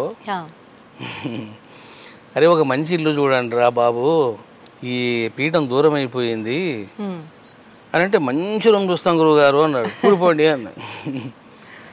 దగ్గరలోనే అనమాట. చాలా మంచి ఇల్లు చూశారు. అదంతా వాళ్ళు నీట్గా రంగులు వేశారు, బాగా శుద్ధంగా ఉంచారు. గురువుగారు మీరు చూస్తే అడ్వాన్స్ ఇచ్చేస్తాము అన్నారు. సరే పదండి అన్నాను. సరే వెళ్ళానమ్మా. అందులో ఒక రూమ్ ఉంది, మాస్టర్ బెడ్రూమ్. నేను అందులో కాలు పెట్టిన, అలా తిరిగాను, ఇల్లంతా చూశాను. ఇల్లు అయితే చాలా బాగుందిరా, సూపర్ అన్నాను. సాయంత్రం ఇద్దాంలే అడ్వాన్సు. ఇంటికి వచ్చిన. ఇంకా ఇంటికి రాగానే నాకు డ్రింక్ చేయాలి నా కోరిక కలిగింది. ఎందుకనండి? ఆయన చాలా పెద్ద తాగుబోతు. మీకు అర్థమైందమ్మా? అతను బీరు తాగడంలో మహాదిట్ట అంట. ఆ వైబ్రేషన్స్ నాకు వచ్చి నన్ను డిస్టర్బ్ చేసినాయి అవి. అప్పుడు నేను చెప్పిన, ఒరే బాబు ఫోన్ చేసి అతను బీరు తాగే అలవాటు చాలా ఉన్నట్లుంది అంటే ఆయన కనుక్కున్నాడు. ఆయన రోజుకి 3 పూటలు తాగుతాడండి. చూసావమ్మా, అంటే మీకు రెండు చెప్తున్నా నేను, రెండు చెప్తున్నా. స్థలం యొక్క ప్రభావం కూడా మన పైన స్థల ప్రభావం most important, very very important. In which place what you are doing, ఈ రెండు ఇంపార్టెంట్. ఇప్పుడు మీరు అన్నప్పుడు నాకు ఒకటి గుర్తొచ్చింది, ఒక మంచి ఇల్లు చూడరా అని చెప్పి. మంచి అంటే మనం చేసే ప్రతి పనిలో ఒక మంచిని వెతుకుతున్నాం. ఏంటి అసలు మంచి చెడు ఈ అవగాహన ఎలా వస్తుంది? ఇప్పుడు నేనున్నానండి, నాకు ఏది నచ్చితే అదే మంచి. నాకు ఎవరైనా అంతే వ్యక్తిగతంగా అలానే అనుకుంటారు. అసలు ఏంటి రెండింటి మధ్య వ్యత్యాసం ఏంటి? ఎలా మనం తెలుసుకుంటాము మంచి చెడుని? అదేమ్మా, ఇప్పుడు ఇది ప్రపంచమంతా ఏంటంటే ద్వంద్వాత్మకం, మంచి చెడు రెండూ ఉంటాయి. సో కాబట్టి మనం ఏం చేయాలంటే ఎప్పుడు కూడా మనం మంచి వైపు ప్రయాణం చేయాలి. You have to travel towards goodness, మంచి కోసం ఎలా వెళ్తూ ఉండాలి. అప్పుడే మనకు అన్ని మంచి జరుగుతాయి. అట్లా కాకుండా ఇప్పుడు చూసారా, నీ కనుక ఇల్లు తీసుకుంటే ఇంకా గోవింద. అంటే మన మనసు ఏం చెప్తుందో దానిపైన ఆధారపడి ఆ మార్గంలో వెళుతూ ఒకసారి మళ్ళీ మనకు మనం కూడా చూసుకోవాలి, అసలు వెళ్తున్న మార్గం కరెక్టేనా కాదా అని చెప్పి. పర్ఫెక్ట్గా ఇల్లే కాదమ్మా, మీరు మనిషితో పెట్టుకునే సంబంధం, ఒక వస్తువుతో పెట్టుకునే సంబంధం. ఇప్పుడు ఫర్ ఎగ్జాంపుల్ నువ్వు చాలా బాగా యాంకరింగ్ చేసావు అమ్మాయి, దండేసుకోమ్మాయి అని ఇచ్చేసాను. ఈ దండ కూడా మీ మీద ప్రభావం చూపిస్తుంది. అంటే నా ఆలోచనలు, నా భావాలు, నా ఆశయాలు, నా అంబిషన్స్, నా సంస్కారాలు ఇందులో కూడా ఉంటాయి. ఇది ఎప్పుడు మీ మెడలో పడిందో మీరు కూడా విచిత్రంగా బిహేవ్ చేస్తారు. ఏంటి కారణం అంటే ఇదే కారణం, ఆ ప్రభావం ఉంటుంది. ఓకే. అంటే మీరు చెప్పాక నాకు ఒకటి అనిపించింది. అందుకే ఒకరు వాడిన వస్తువులు ఒకరు వాడకూడదు, ఒకరి బట్టలు ఒకరు వాడకూడదు, ఒకరు వాడిన చెప్పులు ఇంకొకరు వాడకూడదు, వాళ్ళ శని మీకు వస్తుంది, ఇలా మాట్లాడుతుంటారు. దానికి వెనకాల ఇదేనా ఇంకేదైనా ఆంతర్యం ఉందంటారా? ఇదే రీజనే. ఇప్పుడు చాలా మంది ఏం చేస్తారంటే, ఏమండి భర్త యొక్క ఉచ్చిష్టం తినాలి అని తింటుంటారు. నన్ను అడిగితే తినొద్దు అంటా నేను. కానీ పురాతన కాలం నుంచి కూడా భర్త తిన్న తర్వాత అదే కంచంలో భార్య తినటము ఇలాంటి ఆచారం ఉంది అని చెప్పి కూడా అంటుంటారు కదా స్వామీజీ. మరి అది ఉందమ్మా. ఇక్కడ ఇంపార్టెంట్ కీలకమైన విషయం ఏంటంటే నువ్వు అలా తినాలి అంటే ఆ మనిషి యొక్క గొప్ప ప్రభావము దైవత్వ ప్రభావం ఉండాలి. ఇప్పుడు ఆ రోజు అంతా మహర్షులు ఋషులు ఎందుకు వాళ్ళు అట్లా చెప్పేవాళ్ళు అంటే సిద్ధ గురువులు ఎప్పుడైతే వాళ్ళు భోంచేస్తారో వాళ్ళ ఎనర్జీ ఆ అన్నం మెతుకుల్లో ఉంటుంది, ఆ ప్లేట్లో ఉంటుంది. వాళ్ళు టచ్ చేసిన యొక్క సాంబారు రసం ఏం తిన్నారో అదంతా ఉంటుందన్నమాట. ఎందుకంటే మనం భోంచేస్తుంటాం కదా, ఇప్పుడు ప్లేట్లో పప్పు వేశారు, వంకాయ కూర వేశారు, చాలా వేశారు. ఇప్పుడు ఏమవుతుంది, నేనే భోంచేస్తున్నాను అనుకోండి, నా ఆర మొత్తం దాని మీద ఉంటుంది. నా ఆర ఉంది అంటే what is that meaning that ఆ పదార్థము తీసుకుంటుంది శక్తిని. మీరు ఎప్పుడైతే ఇట్లా తింటారో రొట్టెను, you are not eating that రొట్టె, మీరు ఎనర్జీ తింటున్నారు. ఇప్పుడు ఇవన్నీ సీక్రెట్స్ అనమాట. అట్లా కాకుండా ఫర్ ఎగ్జాంపుల్ చూడండి, భర్త చాలా చెడ్డోడు, దుర్మార్గుడు, నీచమైన పనులు చేస్తుంటాడు, అడ్డగోలుగా బిహేవ్ చేస్తుంటాడు. అట్లా భార్య తిందనుకోండి, ఇంక ఈమె కూడా ఇంకో శక్తి తయారవుతుంది. మహంకాళి విశ్వరూపం చూపించేస్తుందంటారు. అట్లనమాట. ఇప్పుడు ఎలాగో అమ్మవారి టాపిక్ వచ్చింది, ఆడవాళ్ళ టాపిక్ వచ్చింది కాబట్టి మన పురాణాల నుంచి శాస్త్రాల నుంచి తీసుకున్నా కూడా ఆడవారికి చాలా ప్రత్యేకత ఉంది. కానీ ప్రస్తుత రోజుల్లో వాళ్ళ ఇంట్లో వాళ్ళకే స్వతంత్రం లేని కొన్ని కుటుంబాలు, అంటే ఆడవాళ్ళు బయటకు వచ్చి ఎన్నో రంగాల్లో మగవారిని మించి కూడా కష్టపడుతున్నారు, మనం అవన్నీ చూస్తున్నాం. కానీ కొన్ని సందర్భాల్లో వాళ్ళ ఇంట్లో వాళ్ళకే గుర్తింపు లేకుండా ఇబ్బంది పడే సందర్భాలు కూడా ఇంకా నడుస్తున్నాయి. ఎందుకనండి, అంటే మన మూలం నుంచి కూడా ఆడవారికి అంత గొప్ప స్థానం ఉండి కూడా ఇప్పుడు ఇలాంటివి ఎందుకు చూస్తున్నామంటారు? వాస్తవంగా ఋషుల కాలములో పురుషుడు ఎంతటి వాడో స్త్రీ కూడా అంతటిది. ఎందుకంటే చూడండి, మీకు వేద మంత్రాలలో ద్రష్టలుగా ఋషులు ఉంటారు, మునులు ఉంటారు, శ్రీమూర్తులు కూడా ఉన్నారు. ఇప్పుడు అత్రి మహర్షి ఉన్నాడంటే వారి బిడ్డలు ఉన్నారు ఋషులుగా, ఋషికలుగా ఉన్నారు వాళ్ళు. మరి ఎందుకు ఈరోజు ఇట్లా జరుగుతున్నాయి అని అంటే, కాలగతిలో సాంప్రదాయాలని, చాదస్తాలని, వాటికి రకరకాలుగా పేర్లు పెట్టి స్త్రీ జాతిని అణిచివేయడం జరిగింది. అంతెందుకు, స్త్రీలు వేదాలు చదవకూడదు, శూద్రులు వేదాలు చదవకూడదు. ఆ శూద్రులు పక్కన పెట్టండి, మీరు స్త్రీ విషయానికి వస్తే అసలు స్త్రీలు వేదము చదవకూడదు, వేద మంత్రాలు వినకూడదు అని చెప్పిన వాళ్ళు ఎవరమ్మా? ఆదిశంకరాచార్యులు, రామానుజాచార్యులు, వల్లభాచార్యులు, మధ్వాచార్యులు. మరి ఇదంతా వీళ్ళంతా ఏం చేశారు? స్త్రీ జాతికి అన్యాయం చేశారు వీళ్ళు. దాన్ని ఖండించా నేను, చాలా ఘాటుగానే ఖండించాను. మేము ఛానల్ పెట్టాం, శివశక్తి సాయి ఛానల్ అని. అప్పట్లో చాలా ఖండించా నేను, ప్రామాణికంగా నిరూపించాను. వాళ్ళు అన్నారా లేదా, ఇది ప్రామాణికమా కాదా, ఇది వేద విరుద్ధమా వేద అనుకూలమా అని చెప్పాను నేను.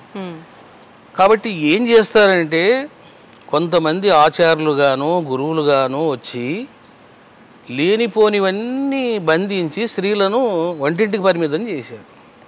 స్త్రీలు వేద విద్యకి పనికిరారు, స్త్రీలు యోగానికి పనికిరారు. ఎందుకు పనికిరారు అంటే ఇదంతా ఒక రకంగా మగజాతిని ఆడవాళ్ళు ఎక్కడ మించిపోతారో అన్న ఒక ఆ ఉక్రోషంతో చేస్తున్నది అనుకోవచ్చు అంటారా? అంతేమ్మా. అంటే ఇప్పుడు స్త్రీలు అంటే ఇప్పుడు నన్ను తీసుకోండి, నాకు స్త్రీలు అంటే చాలా ప్రేమ. ఎందుకండి ప్రేమ అని అంటే, నాకు జన్మనిచ్చింది ఓ తల్లి. అసలు నాకు గురువు ఎవరు? మాతా పూర్ణానందగిరి యోగిని. నాకు పెట్టిన పిల్లలు ఎవరు? భవానీ, శివాని. చూసారా? కాబట్టి నేనేమంటాను, ఇది తప్పు, స్త్రీ జాతికి అన్యాయం జరిగింది అంటాను. అదే గనక ఈ భావాలు లేవనుకోండి, ఏంటయ్యా స్త్రీలు, భర్త పురుషుడు కష్టపడి వస్తాడు, కనీసం ప్రశాంతంగా ఇంత అన్నం పెట్టాలా అంటే అన్నం పెట్టడానికి ఉందా ఆమె? అంటే నువ్వు సంపాదిస్తే ఇంకా ఆమె నీకు దాసోహం చేయాలా? ఇవన్నీ కరెక్ట్ కాదమ్మా, కరెక్ట్ కాదు. పురుషుడెంతో స్త్రీ అంతా. కానీ స్త్రీనే విమర్శించే సందర్భాలు కూడా ఉన్నాయి. అంటే ఇంట్లో ఒక ఇద్దరు ఆడవాళ్ళు ఉన్నారు అని అంటే ఖచ్చితంగా అంటే భర్త సహకారం తీసుకుంటుంది కొన్ని పనుల్లో, అంటే ప్రస్తుత రోజుల్లో జరుగుతున్నది నేను చెప్తున్నాను స్వామిజీ. ఏంటి మగవారితో పని చేయించడం ఏంటి, ఆడవాళ్ళు కదా పని చేసుకోవాలి, ఇలా వాళ్ళపైనే కూడా విమర్శ చూపించుకునే తత్వం కూడా చూస్తున్నాము. అంటే ఇదంతా కలియుగ ప్రభావం అంటారా, ఏమంటారు దీన్ని? అంటే ఇప్పుడు ఇది బ్యాలెన్స్ చేసుకోవాలమ్మా. ఇప్పుడు ఫర్ ఎగ్జాంపుల్ ఒక భర్త 1,00,000 రూపాయలు సంపాదిస్తున్నాడు, స్త్రీ కూడా 1,00,000 రూపాయలు సంపాదిస్తుంది, ఇంకెక్కువ సంపాదిస్తుంది అనుకోండి. మరి అసలు ఆ అమ్మాయి వంట చేయడానికి టైం ఉండాలి కదా. నేను అమెరికాలో చూశాను, భర్త కష్టపడతాడు, భార్య కష్టపడతారు, ఇద్దరు సమానంగా కష్టపడతారు వాళ్ళు. కానీ వచ్చి పనులన్నీ మళ్ళీ వీళ్ళే చేసుకోవాలి ఆడవాళ్ళు. అంటే కొంతవరకు ఆ అడ్జస్ట్మెంట్ మీకు అమెరికాలో కనపడుతుంది, ఇక్కడ కనపడదు మీకు. ఇక్కడ ఇంకంతా ఏమే ఇవే కూర్చొని వచ్చిన తర్వాత ఇద్దరు ఒకేసారి వచ్చి ఒకేసారి పోయినా వీళ్ళు కూర్చొని వాళ్ళని అన్ని తీసుకురమ్మనడం, అన్ని చేసి పెట్టమనడం. అది ఇవన్నీ చెప్తున్నా కదమ్మా, ఇంకంతా రకరకాల. స్వామీజీ, అసలు మనిషి పుట్టుకకు ఒక కారణం ఉంటుంది, కారణంతో జన్మిస్తారు అని అంటుంటారు.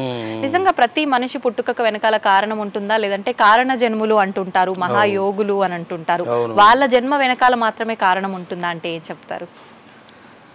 ఇప్పుడు మానవ జన్మ అవతార పురుషుల జన్మ. మానవ జన్మ అంటే ఏంటంటే మీరు కొంత పుణ్యం చేశారు, కొంత పాపం చేశారు, కొంతమందికి రుణపడ్డారు, కొంతమంది మీకు రుణపడ్డారు. ఇక లెక్కలు ఉన్నాయి. ఈ లెక్కల కోసమని మనిషి పుడతాడు, అందుకే కర్మానుసారం పుడతాడు వాడు.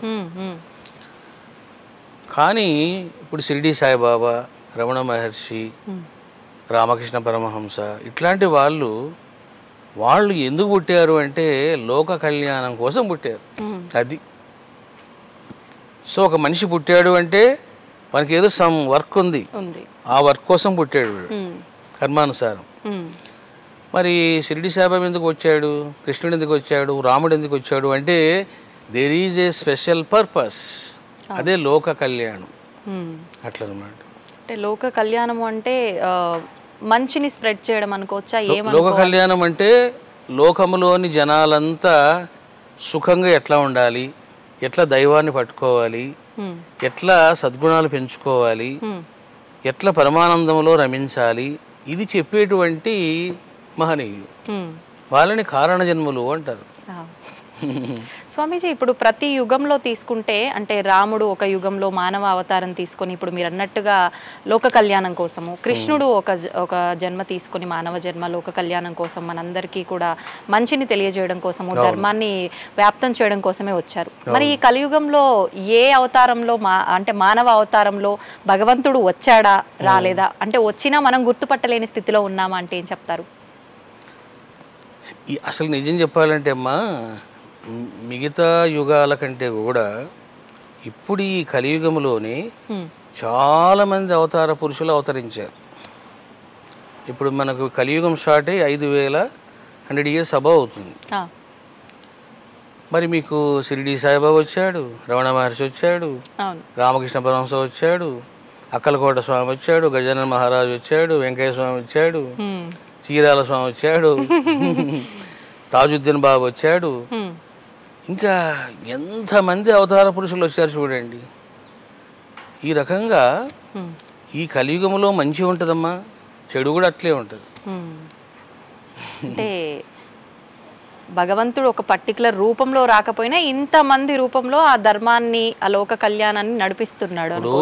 భగవంతుడు అనేవాడు మానవ రూపేనా. అది ఇప్పుడు రాముడు వచ్చాడు, రాముడు కూడా మనలాగే ఉన్నాడు. ఆయన అమ్మా మనిషి రూపంలోనే వచ్చాడు ఆయన. కృష్ణుడు వచ్చాడు, కృష్ణుడు కూడా ఆయన రూపంలో ఉన్నాడు. కాబట్టి అంతేగాని మానవునికి మించినటువంటి రూపంలో వాళ్ళు రాలేదే. మనం ఎలా ఉన్నామో, ఎలా మాట్లాడుతున్నామో, ఎలా చూస్తున్నామో అలాగే వచ్చాడు ఆయన కూడా. అంటే మానవ రూపంలోనే వస్తాడు. ఇప్పుడు ఈ కృష్ణుడు రాముడు వీళ్ళని తీసుకుంటే గనక వాళ్ళు మానవ రూపంలో వచ్చినప్పటికీ వాళ్ళు భగవంతుడి స్వరూపాలు. అయితే వాళ్ళది శరీరం అంటే రక్త మాంసాలతో కూడిన శరీరం కాదు అని చెప్తుంటారు. జ్ఞాన శరీరం అని చెప్పి అని అంటూ ఉంటారు. అయితే పుట్టుక చావు ఇవన్నీ భగవంతుడికి అవతారాలే ఉంటాయి తప్పితే ఈ పుట్టుక చావు ఇవన్నీ ఉండవు అంటుంటారు.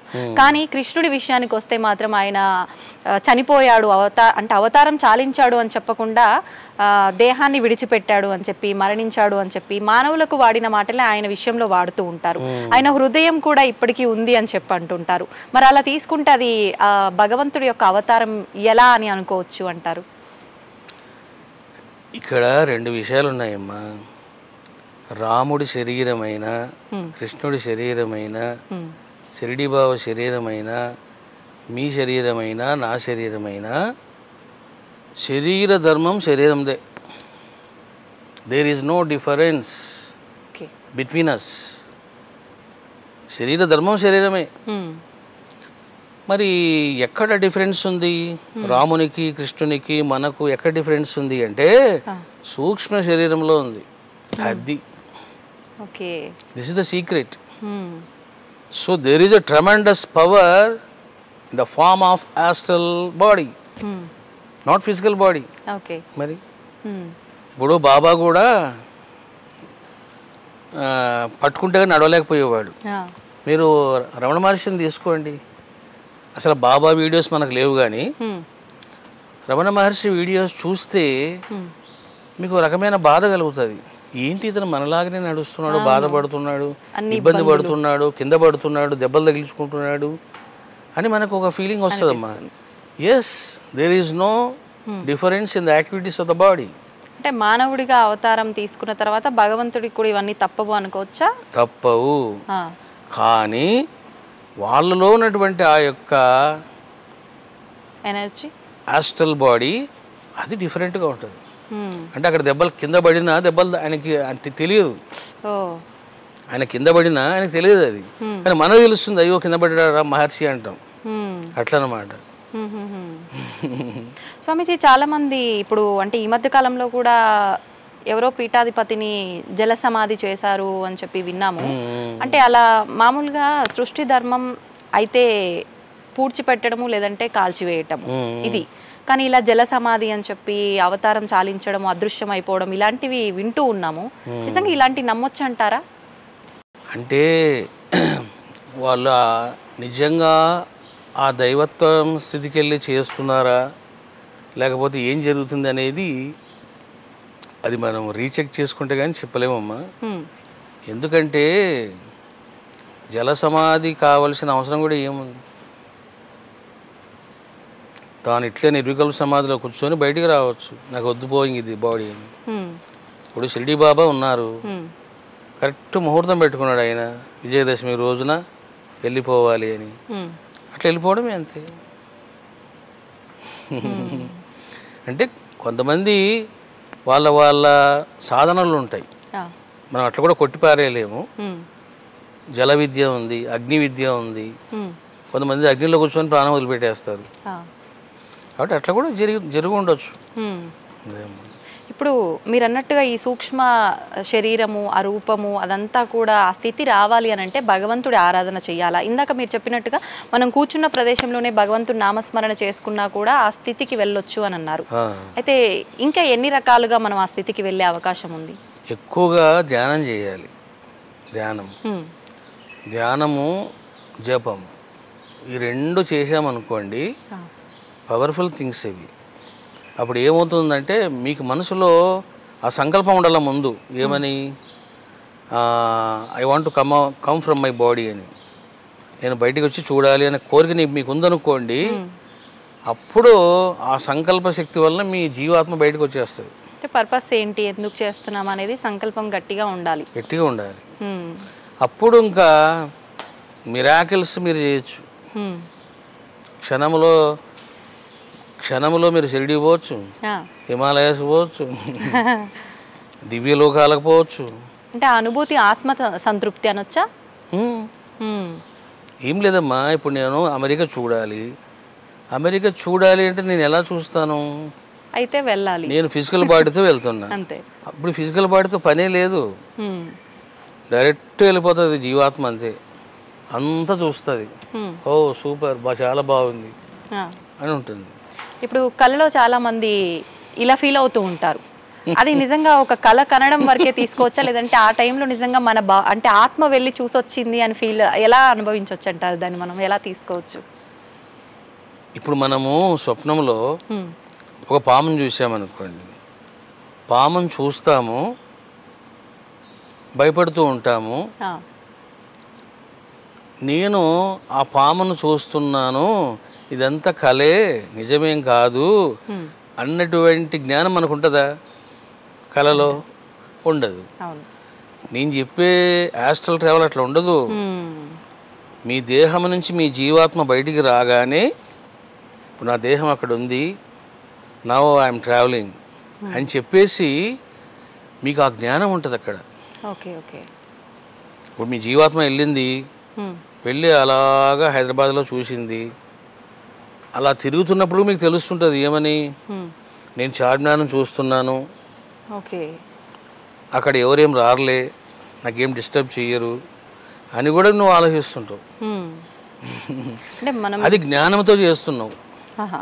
ఇప్పుడు చాలా మంది ఏం చేస్తారంటే వాళ్ళు ఊహించుకుంటారు, ఊహించుకొని కలలు కంటారు అనమాట. కాబట్టి తెలుసుకోవాలా, అది విత్ నాలెడ్జా వితౌట్ నాలెడ్జే. జ్ఞానంతో చేస్తున్నాడా అంటే స్పృహతో చేస్తున్నాడా, స్పృహ లేకుండా చేస్తున్నాడా? ఇప్పుడు ఈ కలియుగంలో నామస్మరణ ఒక్కటే చాలు, భగవంతుడికి పెద్దగా హంగులు ఆర్భాటాలు చేసి పూజలు ఇవన్నీ చేయాల్సిన అవసరం లేదు, నామస్మరణ ఒక్కటే చాలంటారు. కానీ ఈ కలియుగ ప్రభావం వల్ల ఎక్కువ పాపాల బారిన పడిపోతున్నాము, మళ్ళీ ఆ కర్మలు పెంచుకొని మళ్ళీ జన్మ తీసుకోవాల్సి వస్తుందని చెప్పి ఇప్పుడే ఎక్కువగా పూజలు చేస్తున్నారేమో అనిపిస్తుంది. నిజంగా ఈ పూజలు చేయాల్సిన అవసరం ఉందంటారా, లేదు అంటే నామస్మరణే సరిపోతుందంటారా? కర్మ చేయడం కూడా మంచిదేమ్మా. ఇప్పుడు ఫర్ ఎగ్జాంపుల్ చూడండి, ఇప్పుడు మనకు శివాభిషేకం ఉంది. ఈ శివాభిషేకములోన అభిషేకం అనే కర్మ ఉంది. నువ్వు ఏ ద్రవ్యంతో చేస్తావు అభిషేకం అనే దానిని బట్టి రిజల్ట్స్ ఉంటాయి. కాబట్టి ఫర్ ఎగ్జాంపుల్ మీకు బాగా బుద్ధి కుశలత కావాలి, నెయ్యితో అభిషేకం చేయాలి. నెయ్యితో, తేనెతో చేసామనుకోండి మధురమైన కంఠం వస్తుంది వాడి, తేనెతో చేస్తే. గొంతుకు సంబంధించిన వృత్తుల్లో ఉన్న వాళ్ళు తేనాభిషేకం ఎక్కువగా చేయాలి. అట్లా ఒక్కొక్క పదార్థానికి ఒక్కొక్క ప్రభావం ఉంది. కాబట్టి మనం జపం చేయడం మంచిది, కర్మానుష్ఠానం కూడా మంచిది. ఇప్పుడు పాపాలు ఉన్నాయి, జపం చేసే పని జపం చేస్తుంది, కానీ ఇది కూడా ఇంకా పవర్ఫుల్గా చేస్తుంది. అట్లనమాట. ఓకే. అయితే ఇప్పుడు కర్మ ప్రతిదీ కూడా కర్మ పైనే ఆధారపడి ఉంది. నిత్యం లేచిన దగ్గర నుంచి పడుకునే వరకు, పడుకున్న తర్వాత కూడా కళల్లో కూడా ఎన్నో కర్మలు చేస్తుంటాం, అది మనకు స్పృహ ఉండకపోయినా. అయితే ఇప్పుడు మనం చేసే కర్మ వల్ల స్వర్గానికి నరకానికి, అంటే మనం చేసే కర్మ ఎలా ఉంది, పాపంగా చేస్తున్నామా మంచిగానా చెడుగానా, దాన్ని బట్టి స్వర్గం నరకంకి వెళ్ళేది డిసైడ్ చేయబడుతుంది అంటారు. కొంతమంది చెప్తుంటారు అసలు స్వర్గం నరకం అనేది ఎక్కడో లేదు, భూమిపైన మనం అనుభవించే వాటిల్లోనే ఉంది అంటుంటారు. నిజంగా ఈ స్వర్గం నరకం ఇలాంటి లోకాలు ఉన్నాయా, ఏంటి దాని గురించి? ఉన్నాయి. ఇప్పుడు సుఖము దుఃఖము వీటి యొక్క అనుభవాలు ఈ లోకంలోనూ ఉన్నాయి, పరలోకంలో కూడా ఉన్నాయి. స్వర్గం అనేది ఉంది, నరకం అనేది కూడా ఉంది. రెండు సత్యమే, అబద్ధాలేం కావు. నిత్యం ఏదో ఒకటి చేస్తూనే ఉంటాం కదా స్వామీజీ, మరి అసలు ఈ కర్మలు తగ్గించుకొని ఎలా మనం మోక్షాన్ని పొందుతాము, భగవంతుడిలో ఐక్యం అవుతామంటారు? ఎలా సాధ్యపడుతుంది అసలు? ఇప్పుడు మనకు ఏం కావాలో ఆ బాటలో మనం నడవాలి. ఇప్పుడు ఫర్ ఎగ్జాంపుల్ నాకు డబ్బులు కావాలి అని మీరు అనుకున్నారు, సో ఏదో జాబ్ చేయక తప్పదు, ఏదో ఒక జాబ్. అదే నాకు మోక్షం కావాలి పరమానందం కావాలి మీరు అనుకున్నారు అనుకోండి, మీ కర్మలు మారిపోతాయి కదా. ఎంతసేపు మీరు ఏం చేస్తారు? ఇప్పుడు గ్రంథాలు చదవడము, గురువు ప్రబోధాలు వినడము, జపం చేయడము, ధ్యానం చేయడము, దీంట్లో పడతారు. సో కాబట్టి వాట్ యు ఆర్ డూయింగ్ ఆ రిజల్ట్సే మీకు వస్తాయి. అట్లా అనమాట. కానీ మనం అట్లా కాకుండా మనం ఏంటేటో చేస్తుంటాము. అటువంటి కర్మఫలాలే మనకు వస్తాయి. ఇప్పుడు కర్మని బట్టే మన మరుసటి జన్మ ఉంటుందంటారా? అంతే కదా మరి. ఇప్పుడు అందుకే మా బుద్ధుడు ఏమంటాడంటే చాలా గొప్ప ఫిలాసఫీ చెప్తాడు ఆయన. నీ కర్మయే నీ దేవుడు, నీ యొక్క కర్మయే నీ దేవుడు అన్నాడు ఆయన. ఏమిటి? నువ్వు ఏం చేస్తావో అదే కర్మఫలంగా తయారవుతుంది. కాబట్టి నీ కర్మలు మార్చుకో అన్నాడు. ఇప్పుడు ఫర్ ఎగ్జాంపుల్ ఒక వ్యక్తి ఉన్నాడు, ఆ వ్యక్తి దగ్గర డబ్బు చాలా ఉంది, ఇంకా దీనికి మా బిజినెస్ ఇంకా కష్టపడతాడు, రాత్రి పగలు మేలుకుంటాడు, తరతరాలకు సంపాదించి పెట్టాలి. కాబట్టి అట్లా కాదు. సో నాకేం కావాలి, నా లక్ష్యం ఏమిటి అనేది మనిషికి లేదు. ఎలా ఎలా క్రియేట్ చేసుకోవచ్చు అంటారు స్వామీజీ? ఆ లక్ష్యాన్ని ఎలా క్రియేట్ చేసుకోవచ్చు అంటారు? దానికి సిద్ధగురువుల యొక్క సహచర్యం చేయాలి. సహచర్యం వలన వాళ్ళు వీళ్ళు అవుతారు అంటారు కదా. అంటే ఎప్పుడైతే మీరు మహనీయుల యొక్క సిద్ధగురువుల యొక్క సాంగత్యము, వాళ్ళతో ఇవన్నీ స్నేహ బాంధవ్యాలు ఉంటాయో ఆటోమేటిక్గా మీ ఆలోచనలు మారిపోతాయి. దీనికి ఎంత ఇవన్నీ, నాకేం కావాలి అసలు, ఇదేనా సాధించవలసింది అని ప్రశ్నలో కనుక పడ్డాయా అయిపోయింది, జీవితము మారిపోతుంది. అంటే ఎన్ని ఆలోచనలు వచ్చినా, ఇప్పుడు ఫర్ ఎగ్జాంపుల్ నన్నే తీసుకుందాము, మీరు ఒక మంచి మాట చెప్పారు, ఒక ఆ ప్రశ్న అనేది మనలో తలెత్తితే మారిపోతుంది. నిజంగా నాకు అనిపించింది అనుకోండి, ఇప్పుడు మీరు చెప్పగానే అయ్యో నేను మారిపోవాలి అనుకుంటాను, నాకు నేను క్వశ్చన్ వేసుకుంటాను, తెల్లారింది పడుకొని మళ్ళీ లేచినాము అని అంటే అంత రొటీన్ అయిపోతుంది, అసలు ఇదంతా ఏమి గుర్తుండదు. అంటే ఇది మానవుల యొక్క లక్షణమే అది అనుకోవచ్చా? అసలు అది నా కర్మ ప్రారంధం అని అనుకోవచ్చా? అంటే ఇక్కడ రెండు విషయాలు ఉంటాయమ్మా. క్షణిక వైరాగ్యము, ప్రచండ వైరాగ్యం. క్షణిక వైరాగ్యం అంటే ఇప్పుడు ఒక మనిషి చనిపోయాడు, అతన్ని శ్మశానం తీసుకెళ్ళారు, మనం కూడా వెళ్ళాం. ప్రతి ఓడు అంటాడు ఏముందిరా అంత, ఎంతసేపు అంటాడు ఆ మాట, ఏముందిరా అంత అని, అంత మాయరా అంటాడు. అంతే, ఏముందిరా మనిషి జీవితం, ఊరిగా బాధపడతాం రా అని ప్రతి ఓడు వేదాంతం చెప్తాడు అక్కడ. అవును, అది ఎంత బయటికి పోనివ్వండి, ఫోన్ వస్తుంది, ఆగి వస్తాను ఇప్పుడు వస్తాను అయిపోయింది. అంతే. అంటే అది తాత్కాలిక శ్మశాన వైరాగ్యం. ఇది ప్రచండ వైరాగ్యం అంటే అయిపోయింది. ఇంకా మొసలి నోట్లో పడ్డవాడు తప్పించుకోలేడో అలా పడలేడు. ఈ ప్రచండ వైరాగ్యం శ్రీరామునికి కలిగింది. శ్రీరామునికి కలిగింది ఏ సందర్భంలో? చిన్న వయసులోన శ్రీరాముడు కొన్ని తిరుగుతాడు, తీర్థాలు, క్షేత్రాలు, ఇంకా భోజనం చేయుడు, నిద్రపోడు, ఇలాగే పరమ వైరాగ్యంతో ఉంటాడు. అప్పుడు తండ్రికి భయం కలుగుతుంది. అప్పుడు వశిష్ఠ మహర్షి చెప్పినప్పుడు వశిష్ఠ మహర్షి చెబుతాడు, దశరథ, రాముడు ప్రచండ వైరాగ్యానికి గురైనాడు, ఇంకా నువ్వు ఆయనని బంధించొద్దు, కొంతకాలం ఇంకా తిరగని అంటాడు. అప్పుడు మళ్ళీ తిరుగుతాడు రాముడు. అసలుకు దశరథ మహారాజు 14 సంవత్సరాలు నువ్వు అడవులకు పోరా అని అనగానే సంతోషపడింది ఎవరంటే రాముడే. ఎందుకంటే రాముడికి తెలుసు అడవిలో ఋషులు ఉంటారు, మునులు ఉంటారు, ప్రశాంతత ఉంటుంది, విషయ లంపటం ఉండదు, వైరాగ్యం ఉంటుంది, పవిత్రత ఉంటుంది, సాధన చేసుకోవచ్చు అనే విషయాలు రాముడికి తెలుసు. అందుకే రాముడు ఏమన్నాడు, ఎస్ డాడీ అన్నాడు. ఇంకా నో అని చెప్పలే. ఒక క్షణం కూడా ఆలోచించి. అది ప్రచండ వైరాగ్యం. ఇది రాముడికే కాదమ్మా, ప్రతి మనిషికి వస్తుంది ఇది. నువ్వు నా జీవితమే తీసుకోండి, నేను బీటెక్లో ఫస్ట్ ఇయర్ స్టార్ట్ అయింది. ఏంట్రా ఈ చదువులు, అసలు నేను దేనికోసం పుట్టానురా అనేవాడిని. నా ఫ్రెండ్స్ ఉంటారు కదా, ఎవడరా బాబు వీడు చిత్రంగా మాట్లాడుతున్నాడు అనేవాళ్ళు. అలా పోతూ ఉండేవాళ్ళం. ఏవో కొండలు కనిపించేవి. నేను అడిగేవాడిని, అరే ఆ కొండ, అంత పెద్ద కొండ అక్కడికి ఎలా వచ్చిందిరా అనేవాడిని. ఇది ఏమన్నా మెంటల్ అనుకునేవాడిని అనిపించి. ఏమ్మా సరే ఏదో కష్టపడి నా తిప్పలు పడి బీటెక్ పాస్ అయినా. ఇంకా ఉద్యోగం చేయాలి. నేను ఉద్యోగంలో జాయిన్ అయినా. ఆ ఉద్యోగంలో జాయిన్ అయిన 10 రోజులకే ఆ దారిలో పోతూ ఉంటాను నేను ఫ్యాక్టరీకి. ఒక ఆయన చనిపోయాడు. బోరని ఏడుస్తున్నారు. వెంటనే అంతరాత్మ ప్రబోధం, ఏంటి చూస్తున్నావు, నీ గది కూడా అంతే. ఈ ఫ్యాక్టరీ జీవితం నీకు అవసరమా, వాడు ఇచ్చే నీకు 10,000 అవసరమా, వెళ్ళిపో అని ప్రబోధం జరిగేది నాకు. ఇంకా నేను ఇంకా జాబ్ చేసేవాడిని కాదు, వెళ్ళిపోయేవాడిని. ఇంక ఎంతసేపు పుస్తకాలు చదువుకోవడం ఇట్లా చేసేవాడిని. మరి దాన్నే వైరాగ్యం అంటారు. అంటే మనకు అది ఏ సందర్భంలో కలిగింది వైరాగ్యము, ఎలా తీసుకుంటున్నాం అనేది ఆ సిచ్యువేషన్ ని బట్టి ఆ మార్పు, ఆ జీవనం అనేది కొనసాగుతుందని చెప్పొచ్చు దీన్ని బట్టి. స్వామిజీ, శ్రీరాముడి టాపిక్ వచ్చింది కదా, ఎలాగో మనకు శ్రీరామనవమి రాబోతోంది.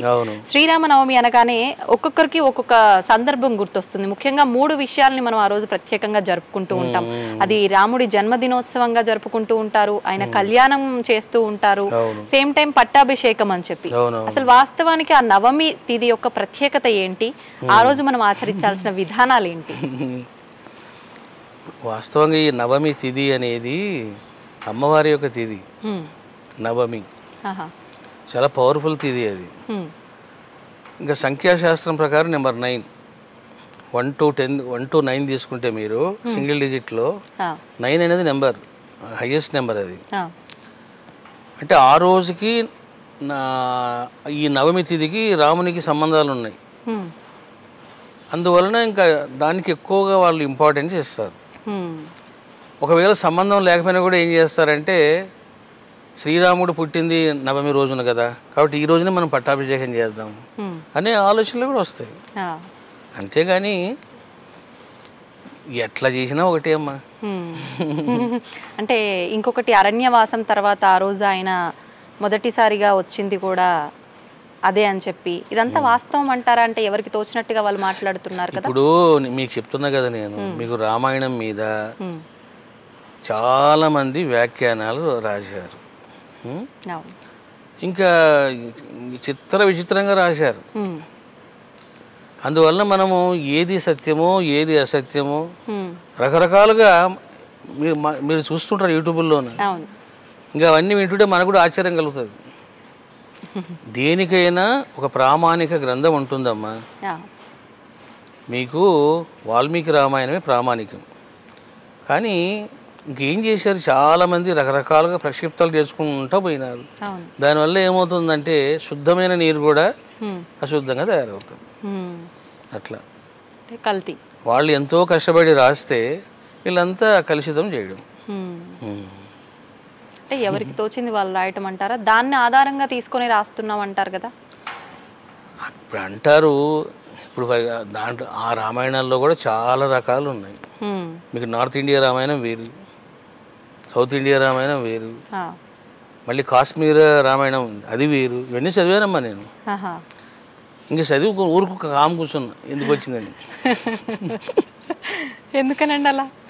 ఎందుకంటే రకరకాలుగా ఉంటాయి అట్లా అనమాట. అంటే ఎవరికి తోచింది వాళ్ళు మాట్లాడతారు. మనం ఏం మాట్లాడినా అది కాంట్రవర్సీ కదా మరి. అంతే. కానీ కాంట్రవర్సీ అవుతుందో లేదో పక్కన పెడితే, మీరు చదివిందే మీరు మాట్లాడుతున్నారు కదా. అవును. మరి ఎందుకు అంటే సైలెంట్ గా ఉండడం? అంటే ఇప్పుడు మనం చదివిన గ్రంథాలు, ఆ గ్రంథాలలోని సత్యాలు మనిషికి జీర్ణం చేసుకునే శక్తి లేదమ్మా. శక్తి లేదు. శక్తి లేనప్పుడు వాళ్ళు ఏం చేస్తారంటే లేనిపోని ఆరోపణలు చేస్తారు. అదనమాట. ఇప్పుడు రాముడు అవతార పురుషుడు, రామాయణం ఉత్తమ కావ్యం, అంత మంచిదే. అంతవరకు మనం ఉంటే చాలు కదా. మనం అది ఇది అని అన్నాం అనుకోండి, లేని పోనివన్నీ చెప్తారు. ఇప్పుడు రాముడు సీతని ఆదర్శంగా తీసుకోవాలి ప్రతి ఒక్కరు కూడా అని అంటుంటారు. అంటే మళ్ళీ దాన్ని విమర్శించే వాళ్ళు కూడా ఉంటారు. మంచిని మంచిగా తీసుకునే వాళ్ళు ఉంటారు, దాన్ని చెడుగా తీసుకునే వాళ్ళు ఉంటారు. అది వాస్తవం అయినప్పటికీ అయితే ఇప్పుడు ఎందుకు ఆదర్శంగా తీసుకోవాలని దాంట్లో మూర్ఖంగా వాదించే వాళ్ళు మాట్లాడే విషయం ఏంటంటే, ఎందుకని అంటే అరణ్యవాసం అని చెప్పి అన్ని సంవత్సరాలు అలా తీసుకెళ్ళి తర్వాత వాళ్ళిద్దరి అంటే ఎడబాటు ఇవన్నీ కూడా ఆదర్శంగా తీసుకోవడం వల్ల మాకు వచ్చే లాభం ఏంటి, ఇది ఒక్కటే చూస్తున్నారు తప్ప అంటే వాళ్ళు విడిగా ఉన్నా ఎలా ఉన్నా అరణ్యవాసం చేసిన వాళ్ళ యొక్క మధ్య ఆ అనుబంధం అనేది ఎలా ఉందో ఇది మర్చిపోతున్నారనే చెప్పాలి. మీరేం చెప్తారు దాని గురించి? ఇప్పుడు దేవతలైనా మానవులైనా ఎవరైనామా సంబంధ బాంధవ్యాలన్నీ కూడా మనసు మీద ఆధారపడి ఉంటాయి. ఆ మనసును దాటితేనే ఎవరికైనా ఆనందం పరమానందం, అట్లనమాట. సో కాబట్టి ఇప్పుడు సీతారాములు ప్రారంధానుసారం వాళ్ళు పాపం కష్టాలు పడ్డారు, మన కర్మానుసారం మనం కష్టపడుతున్నాం. మధ్యలో ఈ కంపారిజన్ చేసుకోవడం వలన ఏమవుతుందంటే లేని గోల తప్ప. ఇక్కడ కావాల్సింది ఏంటి అంటే భార్యాభర్తలు ఇద్దరూ కూడా ఫస్ట్ యోగ సాధకులు, ధ్యాన సాధకులు కావాలి. ఇద్దరు ధ్యానం చేసే వాళ్ళు ఉంటే చాలమ్మా. ఇంకా శాస్త్రాలు ధర్మాలు ఇవన్నీ అవసరం లేదు. పొద్దున్న లేస్తూనే ఎవరి పనులు వాళ్ళు చేసుకుంటూ మంచిగా ధ్యానం చేశారనుకోండి, అది చాలు. కానీ ఇప్పుడు ధ్యానం ఎవరు చేస్తున్నారు? ఇప్పుడు ఏం చేస్తున్నారంటే నీతులు నీతులు నీతులు, కథలు కథలు. నువ్వు వింటూనే ఉంటావా, ఇంకా ఆచరించావా? ఇప్పుడు కాశీ గురించి వింటూనే ఉంటాడు. వెళ్ళి కాశీ పోయి చూసి రారా నాయన, చూసేస్తే ఒక పని అయిపోతుంది కదా. వాడు చూడాడు, వింటాడు కాశీ గురించి. ఇట్లనమాట. వినడం కాదు, యూ హ్యావ్ టు ఎక్స్పీరియన్స్. ఇప్పుడు రాముడు కూడమ్మా ఆయన శిష్యరికం చేశారు వశిష్ఠ మహర్షికి. ఎందరో మహర్షుల దగ్గర ఆయన కూర్చొని ధ్యానం చేశారు రాముడు. ఇవన్నీ మర్చిపోతున్నారు. ఏం చేస్తున్నారంటే రాముడు మాంసం తిన్నాడా? మాంసం తినలేదా? మాంసం తింటే ఏంటి, తినకపోతే నీకేంటయ్యా, నువ్వు తింటున్నావా లేదా? చూసారా? అంటే ఇటువంటి పనికి మాలిన విషయాలన్నీ మాట్లాడము, వీడియోలో పెట్టడము, ఇవన్నీ అసలు అవసరం లేని విషయాలు. ఏం రాముడికి ఇష్టం ఉంటే తింటాడు. కానీ అంటే కొన్ని ధర్మాలు ఉంటాయి కదా స్వామీజీ, అంటే ఇష్ట ప్రకారంగా తినటం అది పక్కన పెడితే క్షత్రియ ధర్మం అనేది ఒకటి ఉంటుంది కదా, మరి దాన్ని తినొచ్చు. అసలు రాజులు పప్పన్నం ఏం తింటారమ్మా? మనం తింటాం పప్పన్నం. మరి రాజులంతా వాళ్ళంతా మాంసాహారులే. కానీ ఆయన భగవంతుడి యొక్క స్వరూపం కదా, మానవ రూపంలో వచ్చిన భగవంతుడు కదా, మళ్ళీ ఆ ధర్మాన్ని కూడా ధిక్కరించకూడదు అంటారు కదా. అంటే పాపము రాముడుగా జీవించడానికి ఆయన సిద్ధంగా ఉన్నాడు. ఆయన జీవించాడు, ఎలా జీవించాలో మనకి ఇష్టం లేదని అలా జీవించడం. అది ఇప్పుడు నాన్ వెజిటేరియన్ తినేవాడు, ఎవడరా నీకు చెప్పింది, రాముడు మా పార్టీ, ఆయన బాగా తిన్నాడు అంటారు. వెజిటేరియన్స్ ఉన్నారనుకోండి, చీ చీ చీ ఏం మాట్లాడుతున్నావు నువ్వు అంటారు. వాస్తవం. అసలుకి ఇవన్నీ వాదోపాదాలు ఎక్కడి నుండి వస్తున్నాయి? మన భావాల నుండే వస్తున్నాయి. మరి వాస్తవానికి ధర్మ ప్రకారంగా మాంసాహారం తినొచ్చు అంటారా? అంటే ఒక జీవిని బలి ఇవ్వకూడదు, అధర్మం అంటారు కదా, మరి ఒక జీవిని బలిస్తున్నట్టే మాంసాహారం తినడం అంటే అది విరుద్ధం అంటారా ధర్మానికి? ఇప్పుడు చూడమ్మా, ఇప్పుడు ధర్మము విశేష ధర్మం అని రెండు ఉంటాయి. ఒక మేక అలా పోతూ ఉంది, ఆ మేకను నరికేసాం, వెళ్ళి వండుకొని తిన్నాం. ఇదిగో అది జీవహింస, అది జీవహింస, అది పాపం. ఎందుకు చంపేసావు దాన్ని? అది పాపం. అది ఇప్పుడు అదే మేకను తీసుకెళ్ళి కాళీమాతకు బలి ఇచ్చాడు కదా. మరి అది పాపమా పుణ్యం అంటే పుణ్యం. అది ఎట్లాంటి పుణ్యము అని అంటే ఎప్పుడైతే ఆ మేక అమ్మవారి దగ్గరికి వెళ్తుందో,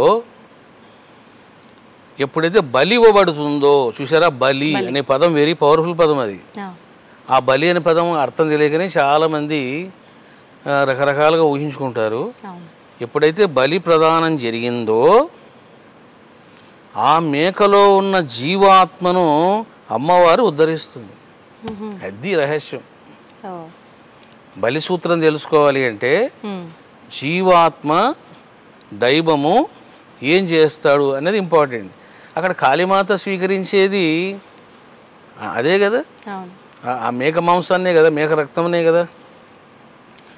మరి హాస్టల్గా ఉన్న జీవాత్మ ఉంది కదా మేకలో, మళ్ళీ ఆ జీవాత్మను ఏం చేస్తుంది అమ్మ అని అంటే ఉత్తమ జన్మను ప్రసాదిస్తుంది. అంటే దాని జన్మకు అక్కడికి విముక్తి పొందింది అంతే. జంతు జన్మ పోయి ఇప్పుడు మనిషిగా పుడుతుంది ఇంకా మేక. చూసారమ్మా, అందుకనే మీకు ద్వారకామాయిలో బాబావారే స్వయంగా వెళ్ళి ఆయన ద్వారకామాయిలో మేకను బలిచ్చేవాళ్ళు. అట్లా బలిచ్చినప్పుడు ధూమాల్ అనే భక్తుడు చూస్తాడు. అతను బ్రాహ్మణ్. బాబా आपने महात्मा है, सिद्ध पुरुष है, क्या करता है बाबा, क्यों ऐसा मारना मस्जिद में, ये द्वारका में है, टेम्पल है ना, क्यों मारना ऐसा, ये जीव हिंसा होता ना అన్నాడు. అప్పుడు బాబా అన్నారు, రే ఎవడు చంపుతాడో వాడే సద్గతినిస్తాడు అన్నాడు. చూశారా? మరి ఈ మాట అన్నది ఎవరమ్మా? షిరిడి సాయిబాబా. సాయిబాబా మసీదులో బలి ఇచ్చాడు అంటారే కానీ, విమర్శిస్తారే కానీ ఏం జరిగింది అక్కడ? ఆ మేకలోని జీవాత్మను బాబా ఏం చేశాడు అని అంటే దానికి సద్గతిని ప్రసాదించాడు. మేక ఎప్పుడో సావాల్సిందే, చచ్చిపోతుంది అది. ఇప్పుడు అది ఉత్తమ కార్యము చేసి సత్కర్మను చేసి చనిపోయింది. కాబట్టి బలిలో మీకు అది ఉంటుంది. అంటే ఈ బలి ఇచ్చే విధానం కూడా అంటే మనకు శాస్త్రాల్లో ఎక్కడా లేదని కొంతమంది చెప్తూ ఉంటారు. ఈ బలి ఇచ్చినప్పుడు కూడా అంటే జంతు బలి కన్నా కూడా మనకు గుమ్మడికాయ కూడా బలి ఇవ్వచ్చు. దానికి ఆల్టర్నేట్ గా భగవంతుడు ఏమైనా అంటే అమ్మవారికి ఎక్కువగా మనం ఈ బలులు ఇస్తూ ఉంటాము. ఎక్కువగా గ్రామాల్లో చూస్తూ ఉంటాం ఈ జంతు బలులు అనేవి. ఎక్కడ లేదు శాస్త్రాల్లో. ఇదంతా కూడా ఆ ప్రాంత ఆచారాన్ని బట్టి వచ్చింది అని చెప్పంటారు. ఇది వాస్తవమా స్వామీజీ? ఈ బలి అన్నది వేదాల్లో కూడా ఉందమ్మా. అవునా? గో ఉంది. గోవు అసలు మనిషినే ఇచ్చారు.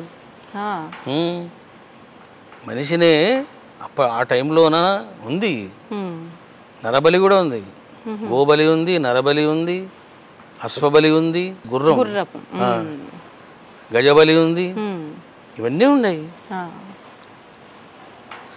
అసలుకు ఆ బలి ఇచ్చేటువంటి ఒక పెద్ద ప్రాసెస్ ఉంటుంది. ఊరికనే కత్తితో నరికేరమ్మా.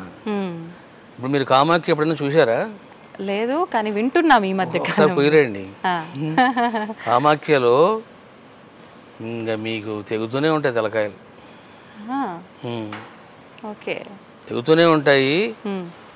ఒక గున్నపోతు కావచ్చు, ఏదైనా కావచ్చు, అలా కట్ చేయగానే తీసుకెళ్ళి అమ్మవారికి ముందు పెట్టేస్తారు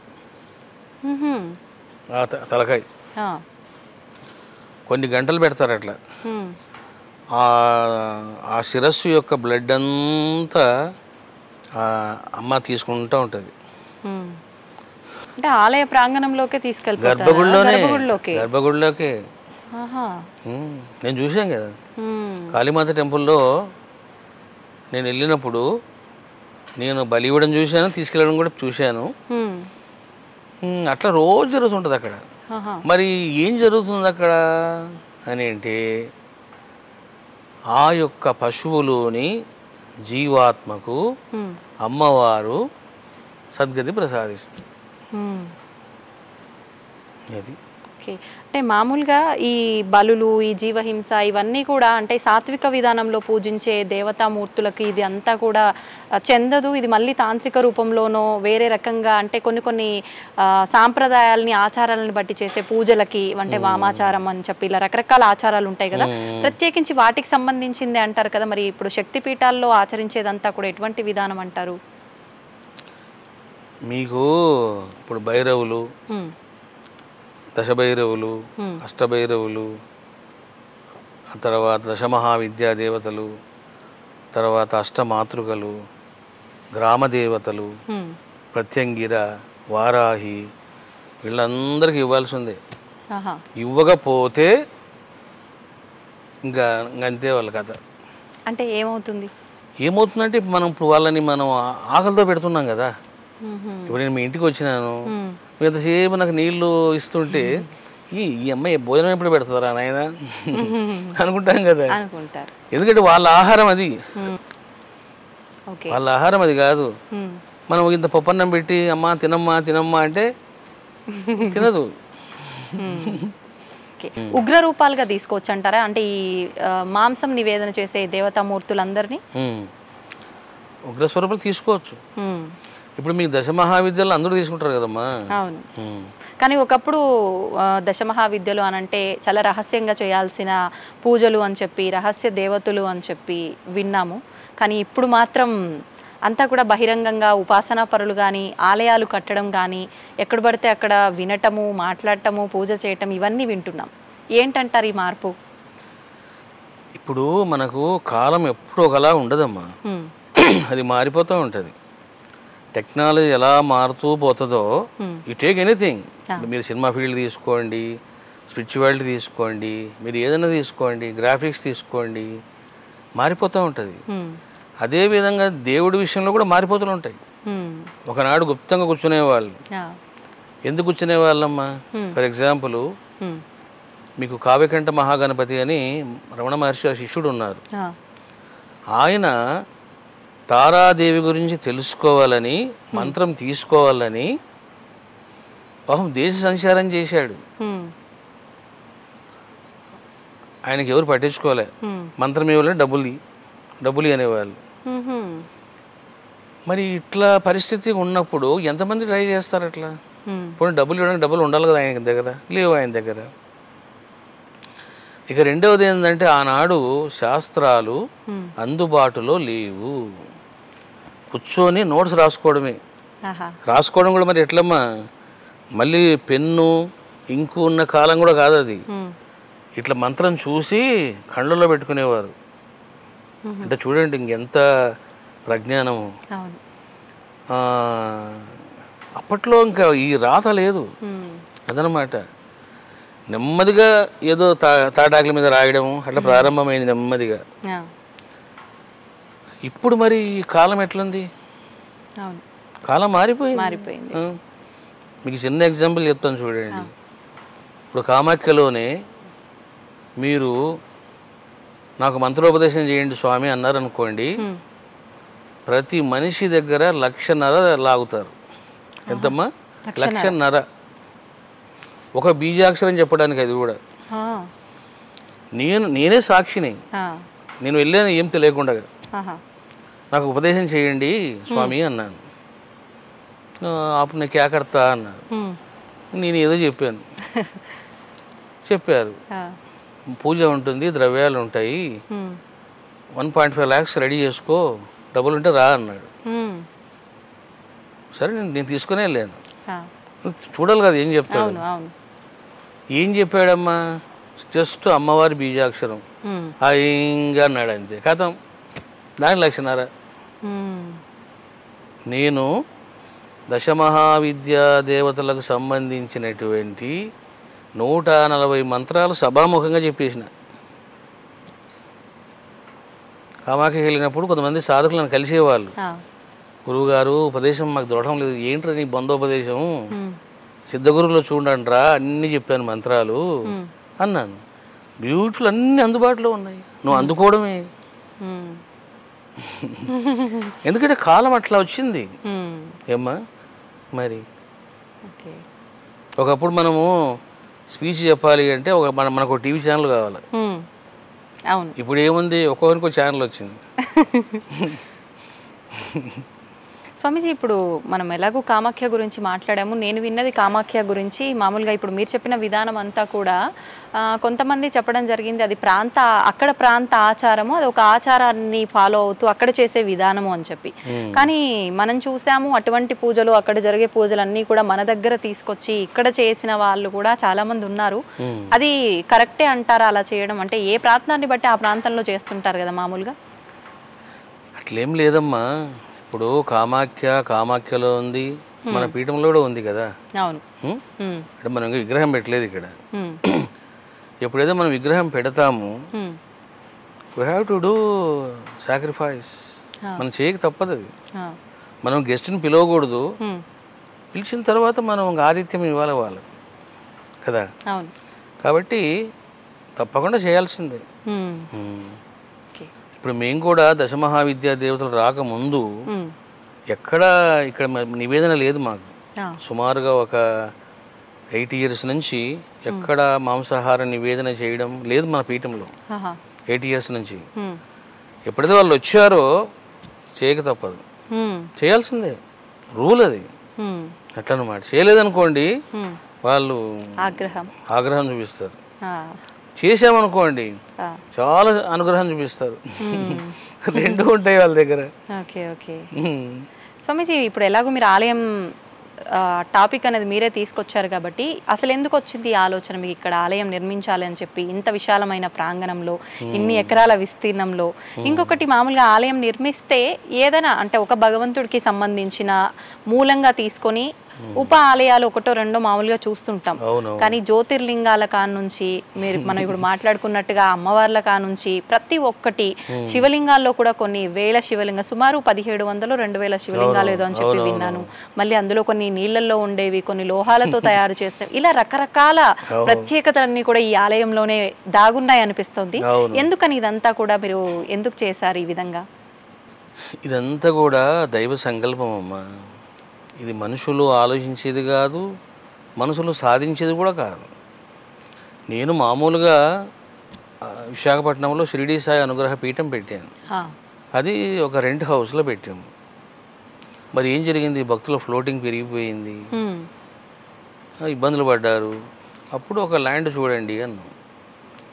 మరి ల్యాండ్ చూడాలి అంటే మరి కనీసం మన లెక్క ప్రకారం, నా లెక్కల ప్రకారం ఒక 100 ఎకరాలైనా ఉండాలిరా బాబు అనుకున్నాం.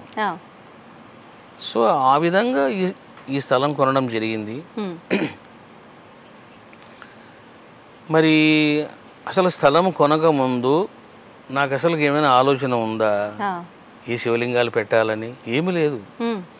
అప్పట్లో ఏంటంటే భక్తులు స్పీచ్లు వినడానికి వస్తారు, వాళ్ళు ఉండడానికి ఇండ్లు కావాలి, ఒక పెద్ద హాల్ కావాలి. ఇదే మా కాన్సెప్ట్. వాళ్ళ సౌకర్యాన్ని మాత్రమే చూసారు అప్పట్లో. అంతే.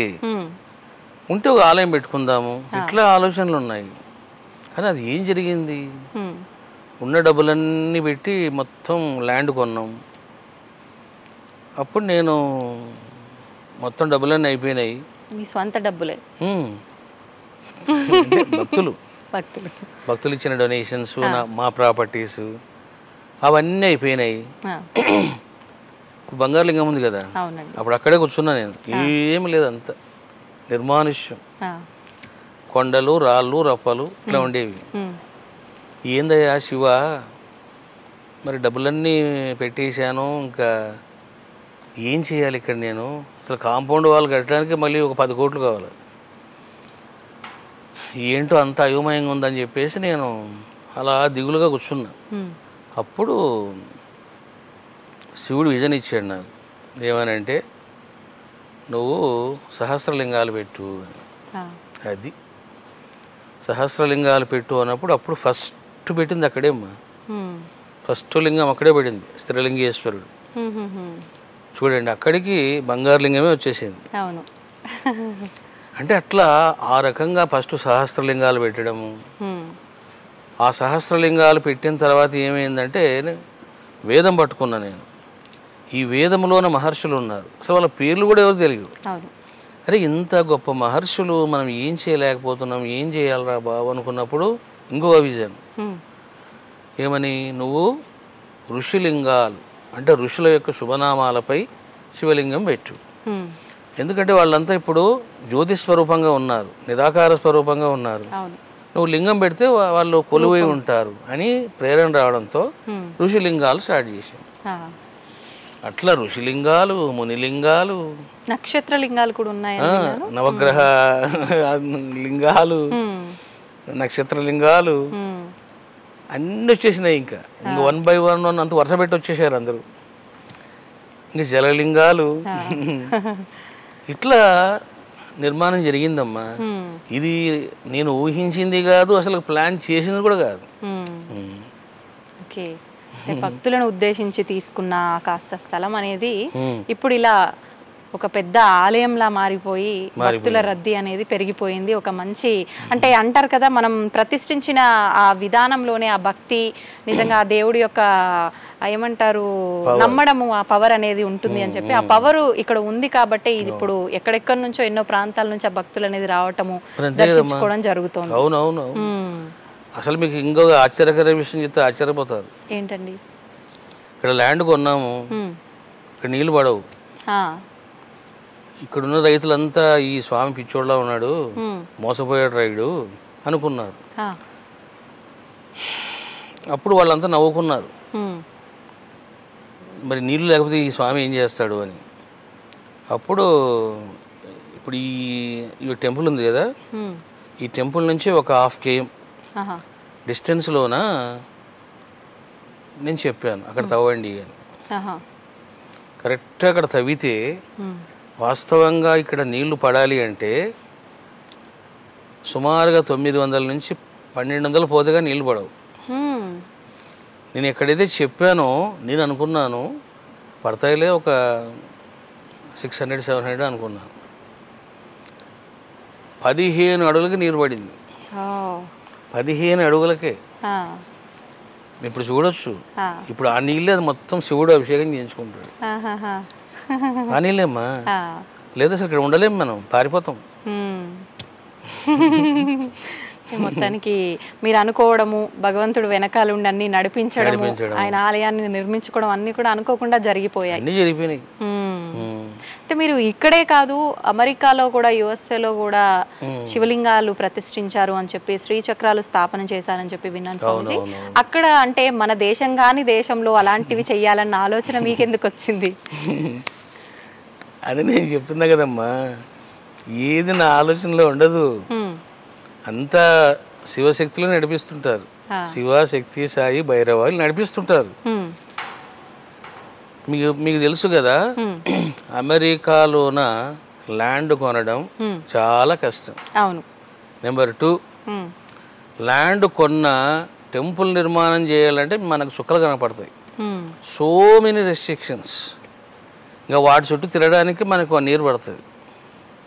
నెంబర్ 3, ఇంత ల్యాండ్ ఉందంటే ఇంత ల్యాండ్ పార్కింగ్ వదిలిపెట్టాలి, ఇది కట్టకూడదు, డ్రైనేజ్ సిస్టమ్ ఉండకూడదు, రకరకాల కండిషన్స్ ఉంటాయి. నాకు ఇవన్నీ అర్థమయ్యి ఓ నమస్కారం చేసిన వాళ్ళకి, వద్దు పోరా బాబు అని. మరి ఏం జరిగిందమ్మా, సహస్ర శ్రీచక్రాల ప్రతిష్టాపనం చేశాం ఇక్కడ. శ్రీచక్రాల మన ఆలయంలోనే ఇక్కడ ప్రతిష్టాపనం జరిగిన వితిన్ 11 days లోపలనే టెక్సస్లో 10 ఎకరాల ల్యాండ్ మనకు అమ్మ ఇచ్చేసింది. 10 ఎకరాలు. చూడండి ఎంత విచిత్రం అన్నమాట. సరే, అక్కడ మనకు బ్యాంక్ ఉంది, ఆ బ్యాంకులో ఎప్పటి నుంచో డబ్బులు పడుతూ ఉన్నాయి. సరే, ఆ డబ్బులు అలా పడుతూ ఉన్నాయి, అట్లా ఉన్నాయి ఆ డబ్బులు. అనుకోకుండా ఒక మంచి ల్యాండ్ రావడం, వాళ్ళు కొనడం జరిగిపోయింది. అందులో వాళ్ళు ఏమన్నారు, we can do anything here, no restrictions అన్నారు. ఇంక వెంటనే ఇక్కడి నుంచి వెళ్ళిపోయాను. వాస్తవంగా నేను చూసి వద్దాం అనుకున్నా, ప్రతిష్ట చేసి వచ్చాను. విత్ ఇన్ 25 days టెంపుల్ నిర్మాణం చేశాను. అంత తక్కువ సమయంలో నేనే వెళ్ళాను. మొత్తం అంతా ఆ ఇటుకలు, ఆ శివలింగాలు, శ్రీచక్రాలు తెప్పించాను ఫ్లైట్లో. మరి అమ్మ అనుగ్రహం వలన వితిన్ 1 month లోపలనే అక్కడ ఆలయానికి మొత్తం కాంపౌండ్ వాల్ కట్టడం, ఒక గేట్ పెట్టడం, ఆలయం కట్టడం, ఇవన్నీ జరిగినాయి. ఏ సంవత్సరంలో స్వామీజీ? లాస్ట్ ఇయర్ 24లోనా? 24. ఓకే. మామూలుగా అంటే మన హిందూ ఆలయాలకి అక్కడ ఆదరణ బాగానే ఉంటుందా, ఎలా ఉంటుంది? ఆదరణ అంటే అమ్మా సాటర్డే సండే మన వాళ్ళు వెళ్తారు. ఇంకా వాళ్ళకి ఏంటంటే పాపం అక్కడ ఏదో ప్రసాదం పెడతారు, రిలాక్స్ అవ్వచ్చు అనే ఉద్దేశంతో వెళ్తారు. కాకపోతే అక్కడ చాలా కండిషన్స్ అసలు మనం భరించలేము, అవి భరించలేము. అక్కడ అభిషేకం చేయాలి, ఎలా చేయాలో కూడా మనల్ని ఆదేశిస్తాడు. ఆ నీళ్లు నువ్వు ఇన్ని నీళ్ళు వాడాలా అంటాడు. ఇంకా అన్ని ఇప్పుడు మన టెంపుల్ అలా కాదు, నువ్వు ట్యాంక్తో పోసినా పట్టించుకోలేదు. ఎందుకని అంత మంచి అవకాశాన్ని కల్పించాలనిపించింది భక్తులకి? మీకు అదే చెప్తున్నా కదా. మామూలుగా శివలింగాన్ని ఆడవాళ్ళు తాకకూడదు అని చెప్పి ఏవేవో కండిషన్లు చాలా చెప్తూ ఉంటారు. లింగ రూపంలో ఉండటానికి ఏదో రీజన్ ఉంది శివుడిది అని చెప్పి, ఆడవాళ్ళు తాకూడదు అని చెప్పి ఇలా చెప్తూ ఉంటారు. మామూలుగా గర్భగుడిలోకి వెళ్ళకూడదు అని చెప్పి. ఎందుకని ఇలా మరి? ఇప్పుడు నేను చెప్తున్నా కదమ్మా, పుర్రెకో బుద్ధి అన్నట్లు వాళ్ళ భావాలని స్త్రీల మీద రుద్దారు. ఇప్పుడు శ్రీమూర్తికి మ్యాక్సిమం 4 రోజులే. ఆ 4 రోజులు ఆమె ఏం చేయకూడదు. దట్స్ అది అంతే, ధర్మం, అది ప్రకృతి స్వభావం. అంతేగాని ఇంకా రిమైనింగ్ 26 daysలో షీ కెన్ డూ ఎనీథింగ్, ఏమైనా చేయొచ్చు. ఈ పురుషుడే తాగాల లింగాన్ని, శ్రీమూర్తి తాకొచ్చు. దేవుడు ఎవరు సొత్తు? అందరి సొత్తు ఆయన. అట్లన్నమాట. ఇవన్నీ మనుషులు క్రియేట్ చేసినవి అమ్మా. గీతలు గీసి ఇక నువ్వు గీతలో ఉండు, ఇంకా దానికి బలైపోవడమే వాడు. అంతే, చెప్పింది ఆచరిస్తూ వెళ్ళడము, అదే తరచూ ఇంకా కొనసాగ. దాన్నే సాంప్రదాయం ఇంకో పేరు పెట్టడం. అవును అవును, మా వంశ పారంపర్యంగా వస్తుంది ఇది, ఇలానే ఉండాలి, ఇలాంటి టర్మ్స్ అండ్ కండిషన్స్ అన్ని అప్లై చేస్తారు. అంటే చాదస్తాలు మోసుకొని పోతారు. అవును, అంటే ఇప్పుడు ఎలా అయిపోయిందంటే మన హిందూ ధర్మం, సనాతన ధర్మం అంటేనే ఈ పూజలు ఇవన్నీ, పునస్కారాలు ఇవన్నీ అంటేనే ఒక మూఢనమ్మకంగా అని భావించే తత్వానికి కూడా హిందువులే వెళ్ళే పోకల్లో కూడా వెళ్తున్నారు ఇలాంటి వాటి వల్ల. వెళ్తారు. అవును, నిజంగా మన హిందూ ధర్మంలో మూఢనమ్మకాలు ఉన్నాయా స్వామీజీ? ఏం చెప్తారు మీరు దాని గురించి? ఏ మూఢనమ్మకాలు లేవమ్మా, అంత సహజత్వమే. నేను చెప్పాను కదా మీకు. అవును, ఇప్పుడు అణువులో పరమాత్మ ఉన్నాడు. నేను చెప్తున్నాను, మీరు టెంపుల్కి వెళ్ళి కొబ్బరికాయ కొడితే మీకు ఏ ఫలం వస్తుందో, అరే వేదంలో ఇట్లా చెప్పబడింది అని చెప్పేసి మీరు రాయి పెట్టి కొబ్బరికాయ కొట్టండి, నేను చెప్తున్నా మీకు అదే ఫలం వస్తుంది. మన నమ్మకం, మీ నమ్మకము, మీ అవగాహన, మీ జ్ఞానం. చూసారా, ఎందుకంటే అందులో ఉన్నాడైనా. ఇప్పుడు ఆకాశం ఎక్కడుంది? పైన కనిపిస్తుంది. అంతటా ఉంది, అంతటా ఉంది. నువ్వు ఎక్కడ తలకాయ పెడితే అక్కడ ఉంది. అంతే. కుండలో మట్టి ఎక్కడ ఉంది? ఉన్నదంతా మట్టే కదా. ఎక్కడుంది కాదు, ఎక్కడ లేదు చెప్పు. అంటే మన భావము, మన జ్ఞానము, మన పవిత్రత, ఇవన్నీ రోల్ చేస్తాయమ్మా. ఖిగుం శిలాయచ అంటుంది వేదం. ఖిగుం శిలాయచ అంటే రాళ్ళ రప్పల్లో కూడా ఉండేవాడా అని అర్థం. అది మనం ఏం చేస్తాం, కాళ్ళు తను కూడా పోతాం. ఎందుకంటే అది రాయి, అది రాయి. అంతే. చూసారా, ఇటు పోయి మళ్ళీ మన భావన అనే కాన్సెప్ట్ దగ్గరికే వస్తుంది కదా ఇది. అంటే మనం ఎలా భావిస్తే అలా, అది రాయిలా భావిస్తున్నాం కాబట్టి రాయిలానే. యథా దృష్టి తత్ఫలం యు విల్ గెట్. అంతే, దృష్టి ఎలా ఉంటుందో మనం పొందేటువంటి ఫలం కూడా అట్లే ఉంటుంది. మతి ఎంతో గతి అంతో. కానీ అంటే మన ఆలోచన విధానం మతి అంటే మన బుద్ధిని బట్టి అనే కదా అర్థం. మరి మన కర్మను బట్టి అంటారు కదా స్వామీజీ, ఎలా తీసుకోవాలి మరి? ఇప్పుడు ఇది బుద్ధిని బట్టి తీసుకోవాలా, కర్మను బట్టి తీసుకోవాలా? అంటే అమ్మా, బుద్ధి కూడా కర్మానుసారం పనిచేస్తుంది. ఇప్పుడు ఒక వ్యక్తి బాగా కీబోర్డు వాయించాడు ఈ జన్మలో, అతడు చనిపోయాడు. ఉమ్, ఇప్పుడు ఎక్కడో పుట్టాడు. ఉమ్, పుట్టి ఆ హార్మోనియం చూడనంత వరకే అతను అలా ఉంటాడు. ఆ, ఎప్పుడైతే హార్మోనియం మీద కళ్ళు పడ్డాయో, ఏమంటే నేను కూడా కొంచెం ఒకసారి వాయిస్తానండి అంటాడు. ఏందా నువ్వు వాయించేది అన్నామనుకో, అలా వాయించేస్తాడు అంతే. ఉమ్, ఎందుకు తెలుసునమ్మా, బాడీ మారిపోయింది కానీ టాలెంట్ ఎక్కడ పోయింది, ఆ, నైపుణ్యం ఎక్కడ పోయింది, అభ్యాసం ఎక్కడ పోయింది, నాలెడ్జ్ ఎక్కడ పోయింది, అన్ని హాస్టల్ బాడీలో ఉన్నాయి. ఉమ్, వాడు ఎవడు నేర్పించారు వాడికి, అవును. చూసారా? కాబట్టి ఆ హార్మోనియం చూడగానే నేను వాయిస్తానండి అంటాడు. ఉమ్, అంటే మరి ఇప్పుడు ఆ వాయించడం అనే కర్మ కారణం ఏంటి? గత జన్మలో చేసిన కర్మ, సంపాదించుకున్న సంస్కారాలు బుద్ధిలో. Okay okay. ఇప్పుడు మనం ఏం చేస్తామో అది మన బుద్ధిలో రికార్డ్ అవుతుంది. ఇప్పుడు మనము ఒక మామిడి పండు తిన్నామనుకోండి, దాంట్లో చాలా రకాలు ఉంటాయి. చిత్తూరు మామిడి పండ్లు ఉంటాయి, ఆ, ఇది బంగినపల్లి ఏదో అంటారు. నేను ఒకసారి మా భార్య ఊరికి పోయినప్పుడు నాకు పండు ఇచ్చారు, చాలా మధురంగా ఉంది అది. ఉమ్, నేను ఫస్ట్ టైం తినడం. ఉమ్, ఇంకా చూడండి, అది తిన్న తర్వాత ఆ సీజన్ వస్తే ఆ పండ్లు ఉన్నాయా అని అంటాను. చూసారా? వెళ్ళిపోతుంది. ఉమ్, అసలు నాకు ఎందుకు వచ్చిందమ్మా ఈ ఆలోచన? ఉమ్, కొన్ని రోజుల కిందట తిన్నాను, అవును. చాలా మధురంగా ఉంది అని నా బుద్ధిలో ప్రింట్ అయింది, అది రికార్డ్ అయింది. ఇప్పుడు now I'm thinking about that fruit again to eat.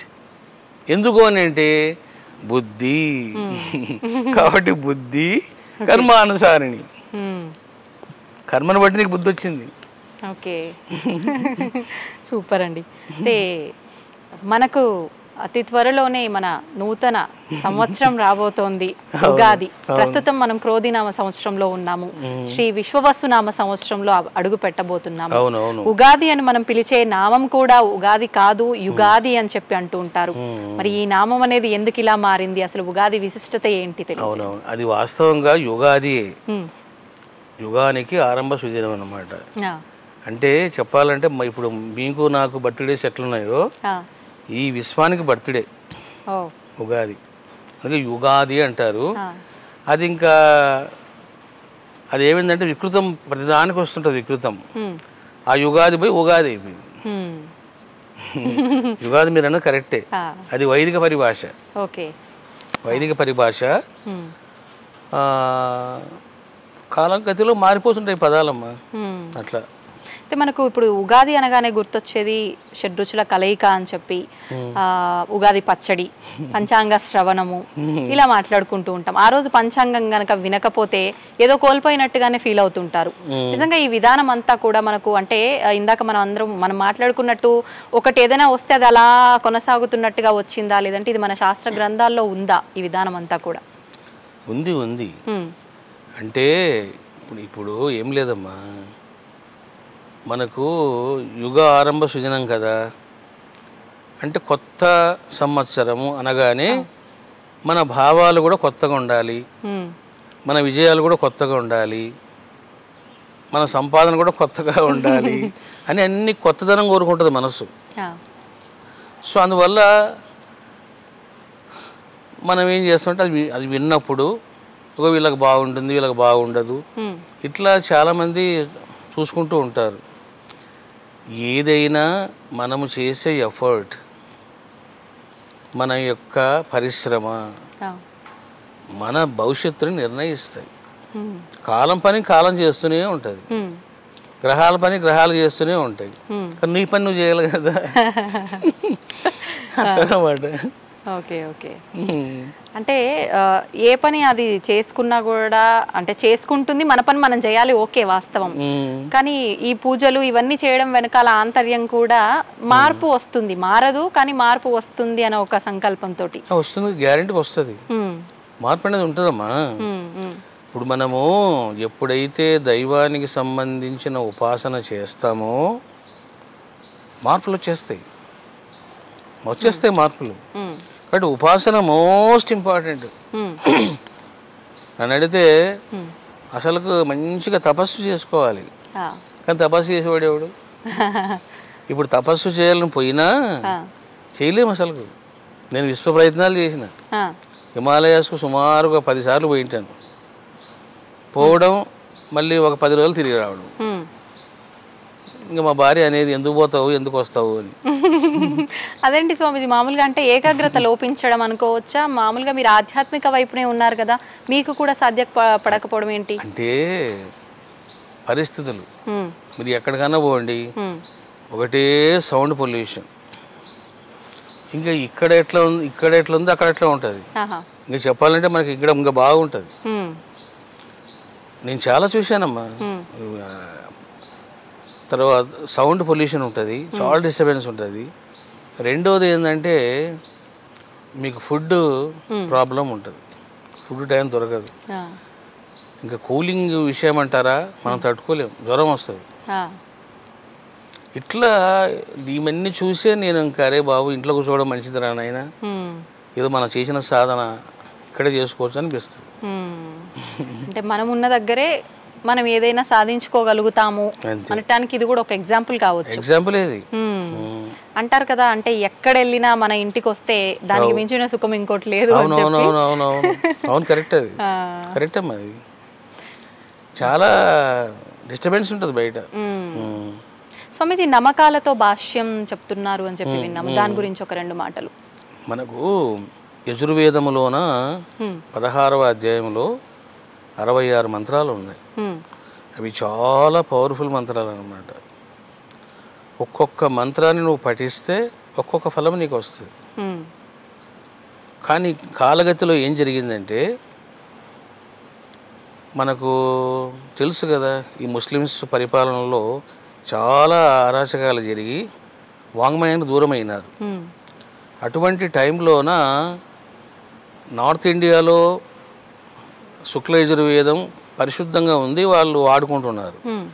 ఇక్కడ ప్రాబ్లం వచ్చింది సౌత్ ఇండియాలో, వాళ్ళకి వేదం దొరకకపోవడం వల్ల వాళ్ళు ఏం చేశారంటే బ్రాహ్మణాలు ఆరణ్యకాల్లోని మంత్రాలను తీసుకొని ఈ శుక్ల యజుర్ మంత్రాలు తీసుకొని వాళ్ళు తయారు చేసుకున్నారు. అది తరతరాలుగా సాగిపోయింది. అట్లా కొన్ని తరాలు వెళ్ళిపోయింది. దానికి కృష్ణ యజుర్వేదం పేరు పెట్టుకున్నారు. నేను 4 వేదాలు చదవడం కాదమ్మా, పరిష్కృతం చేశాను నేను. పరిష్కృతం అంటే అచ్చు దోషాలు, ప్రింటింగ్ దోషాలు, మానవ తప్పిద దోషాలు అవన్నీ తీసేసాము. శుద్ధమైన లోపాలు సవరించడం అనుకోవచ్చా, అంతే చేశాను. ఈ నమ్మకము చాలా పవర్ఫుల్ అని చెప్పాను కదా.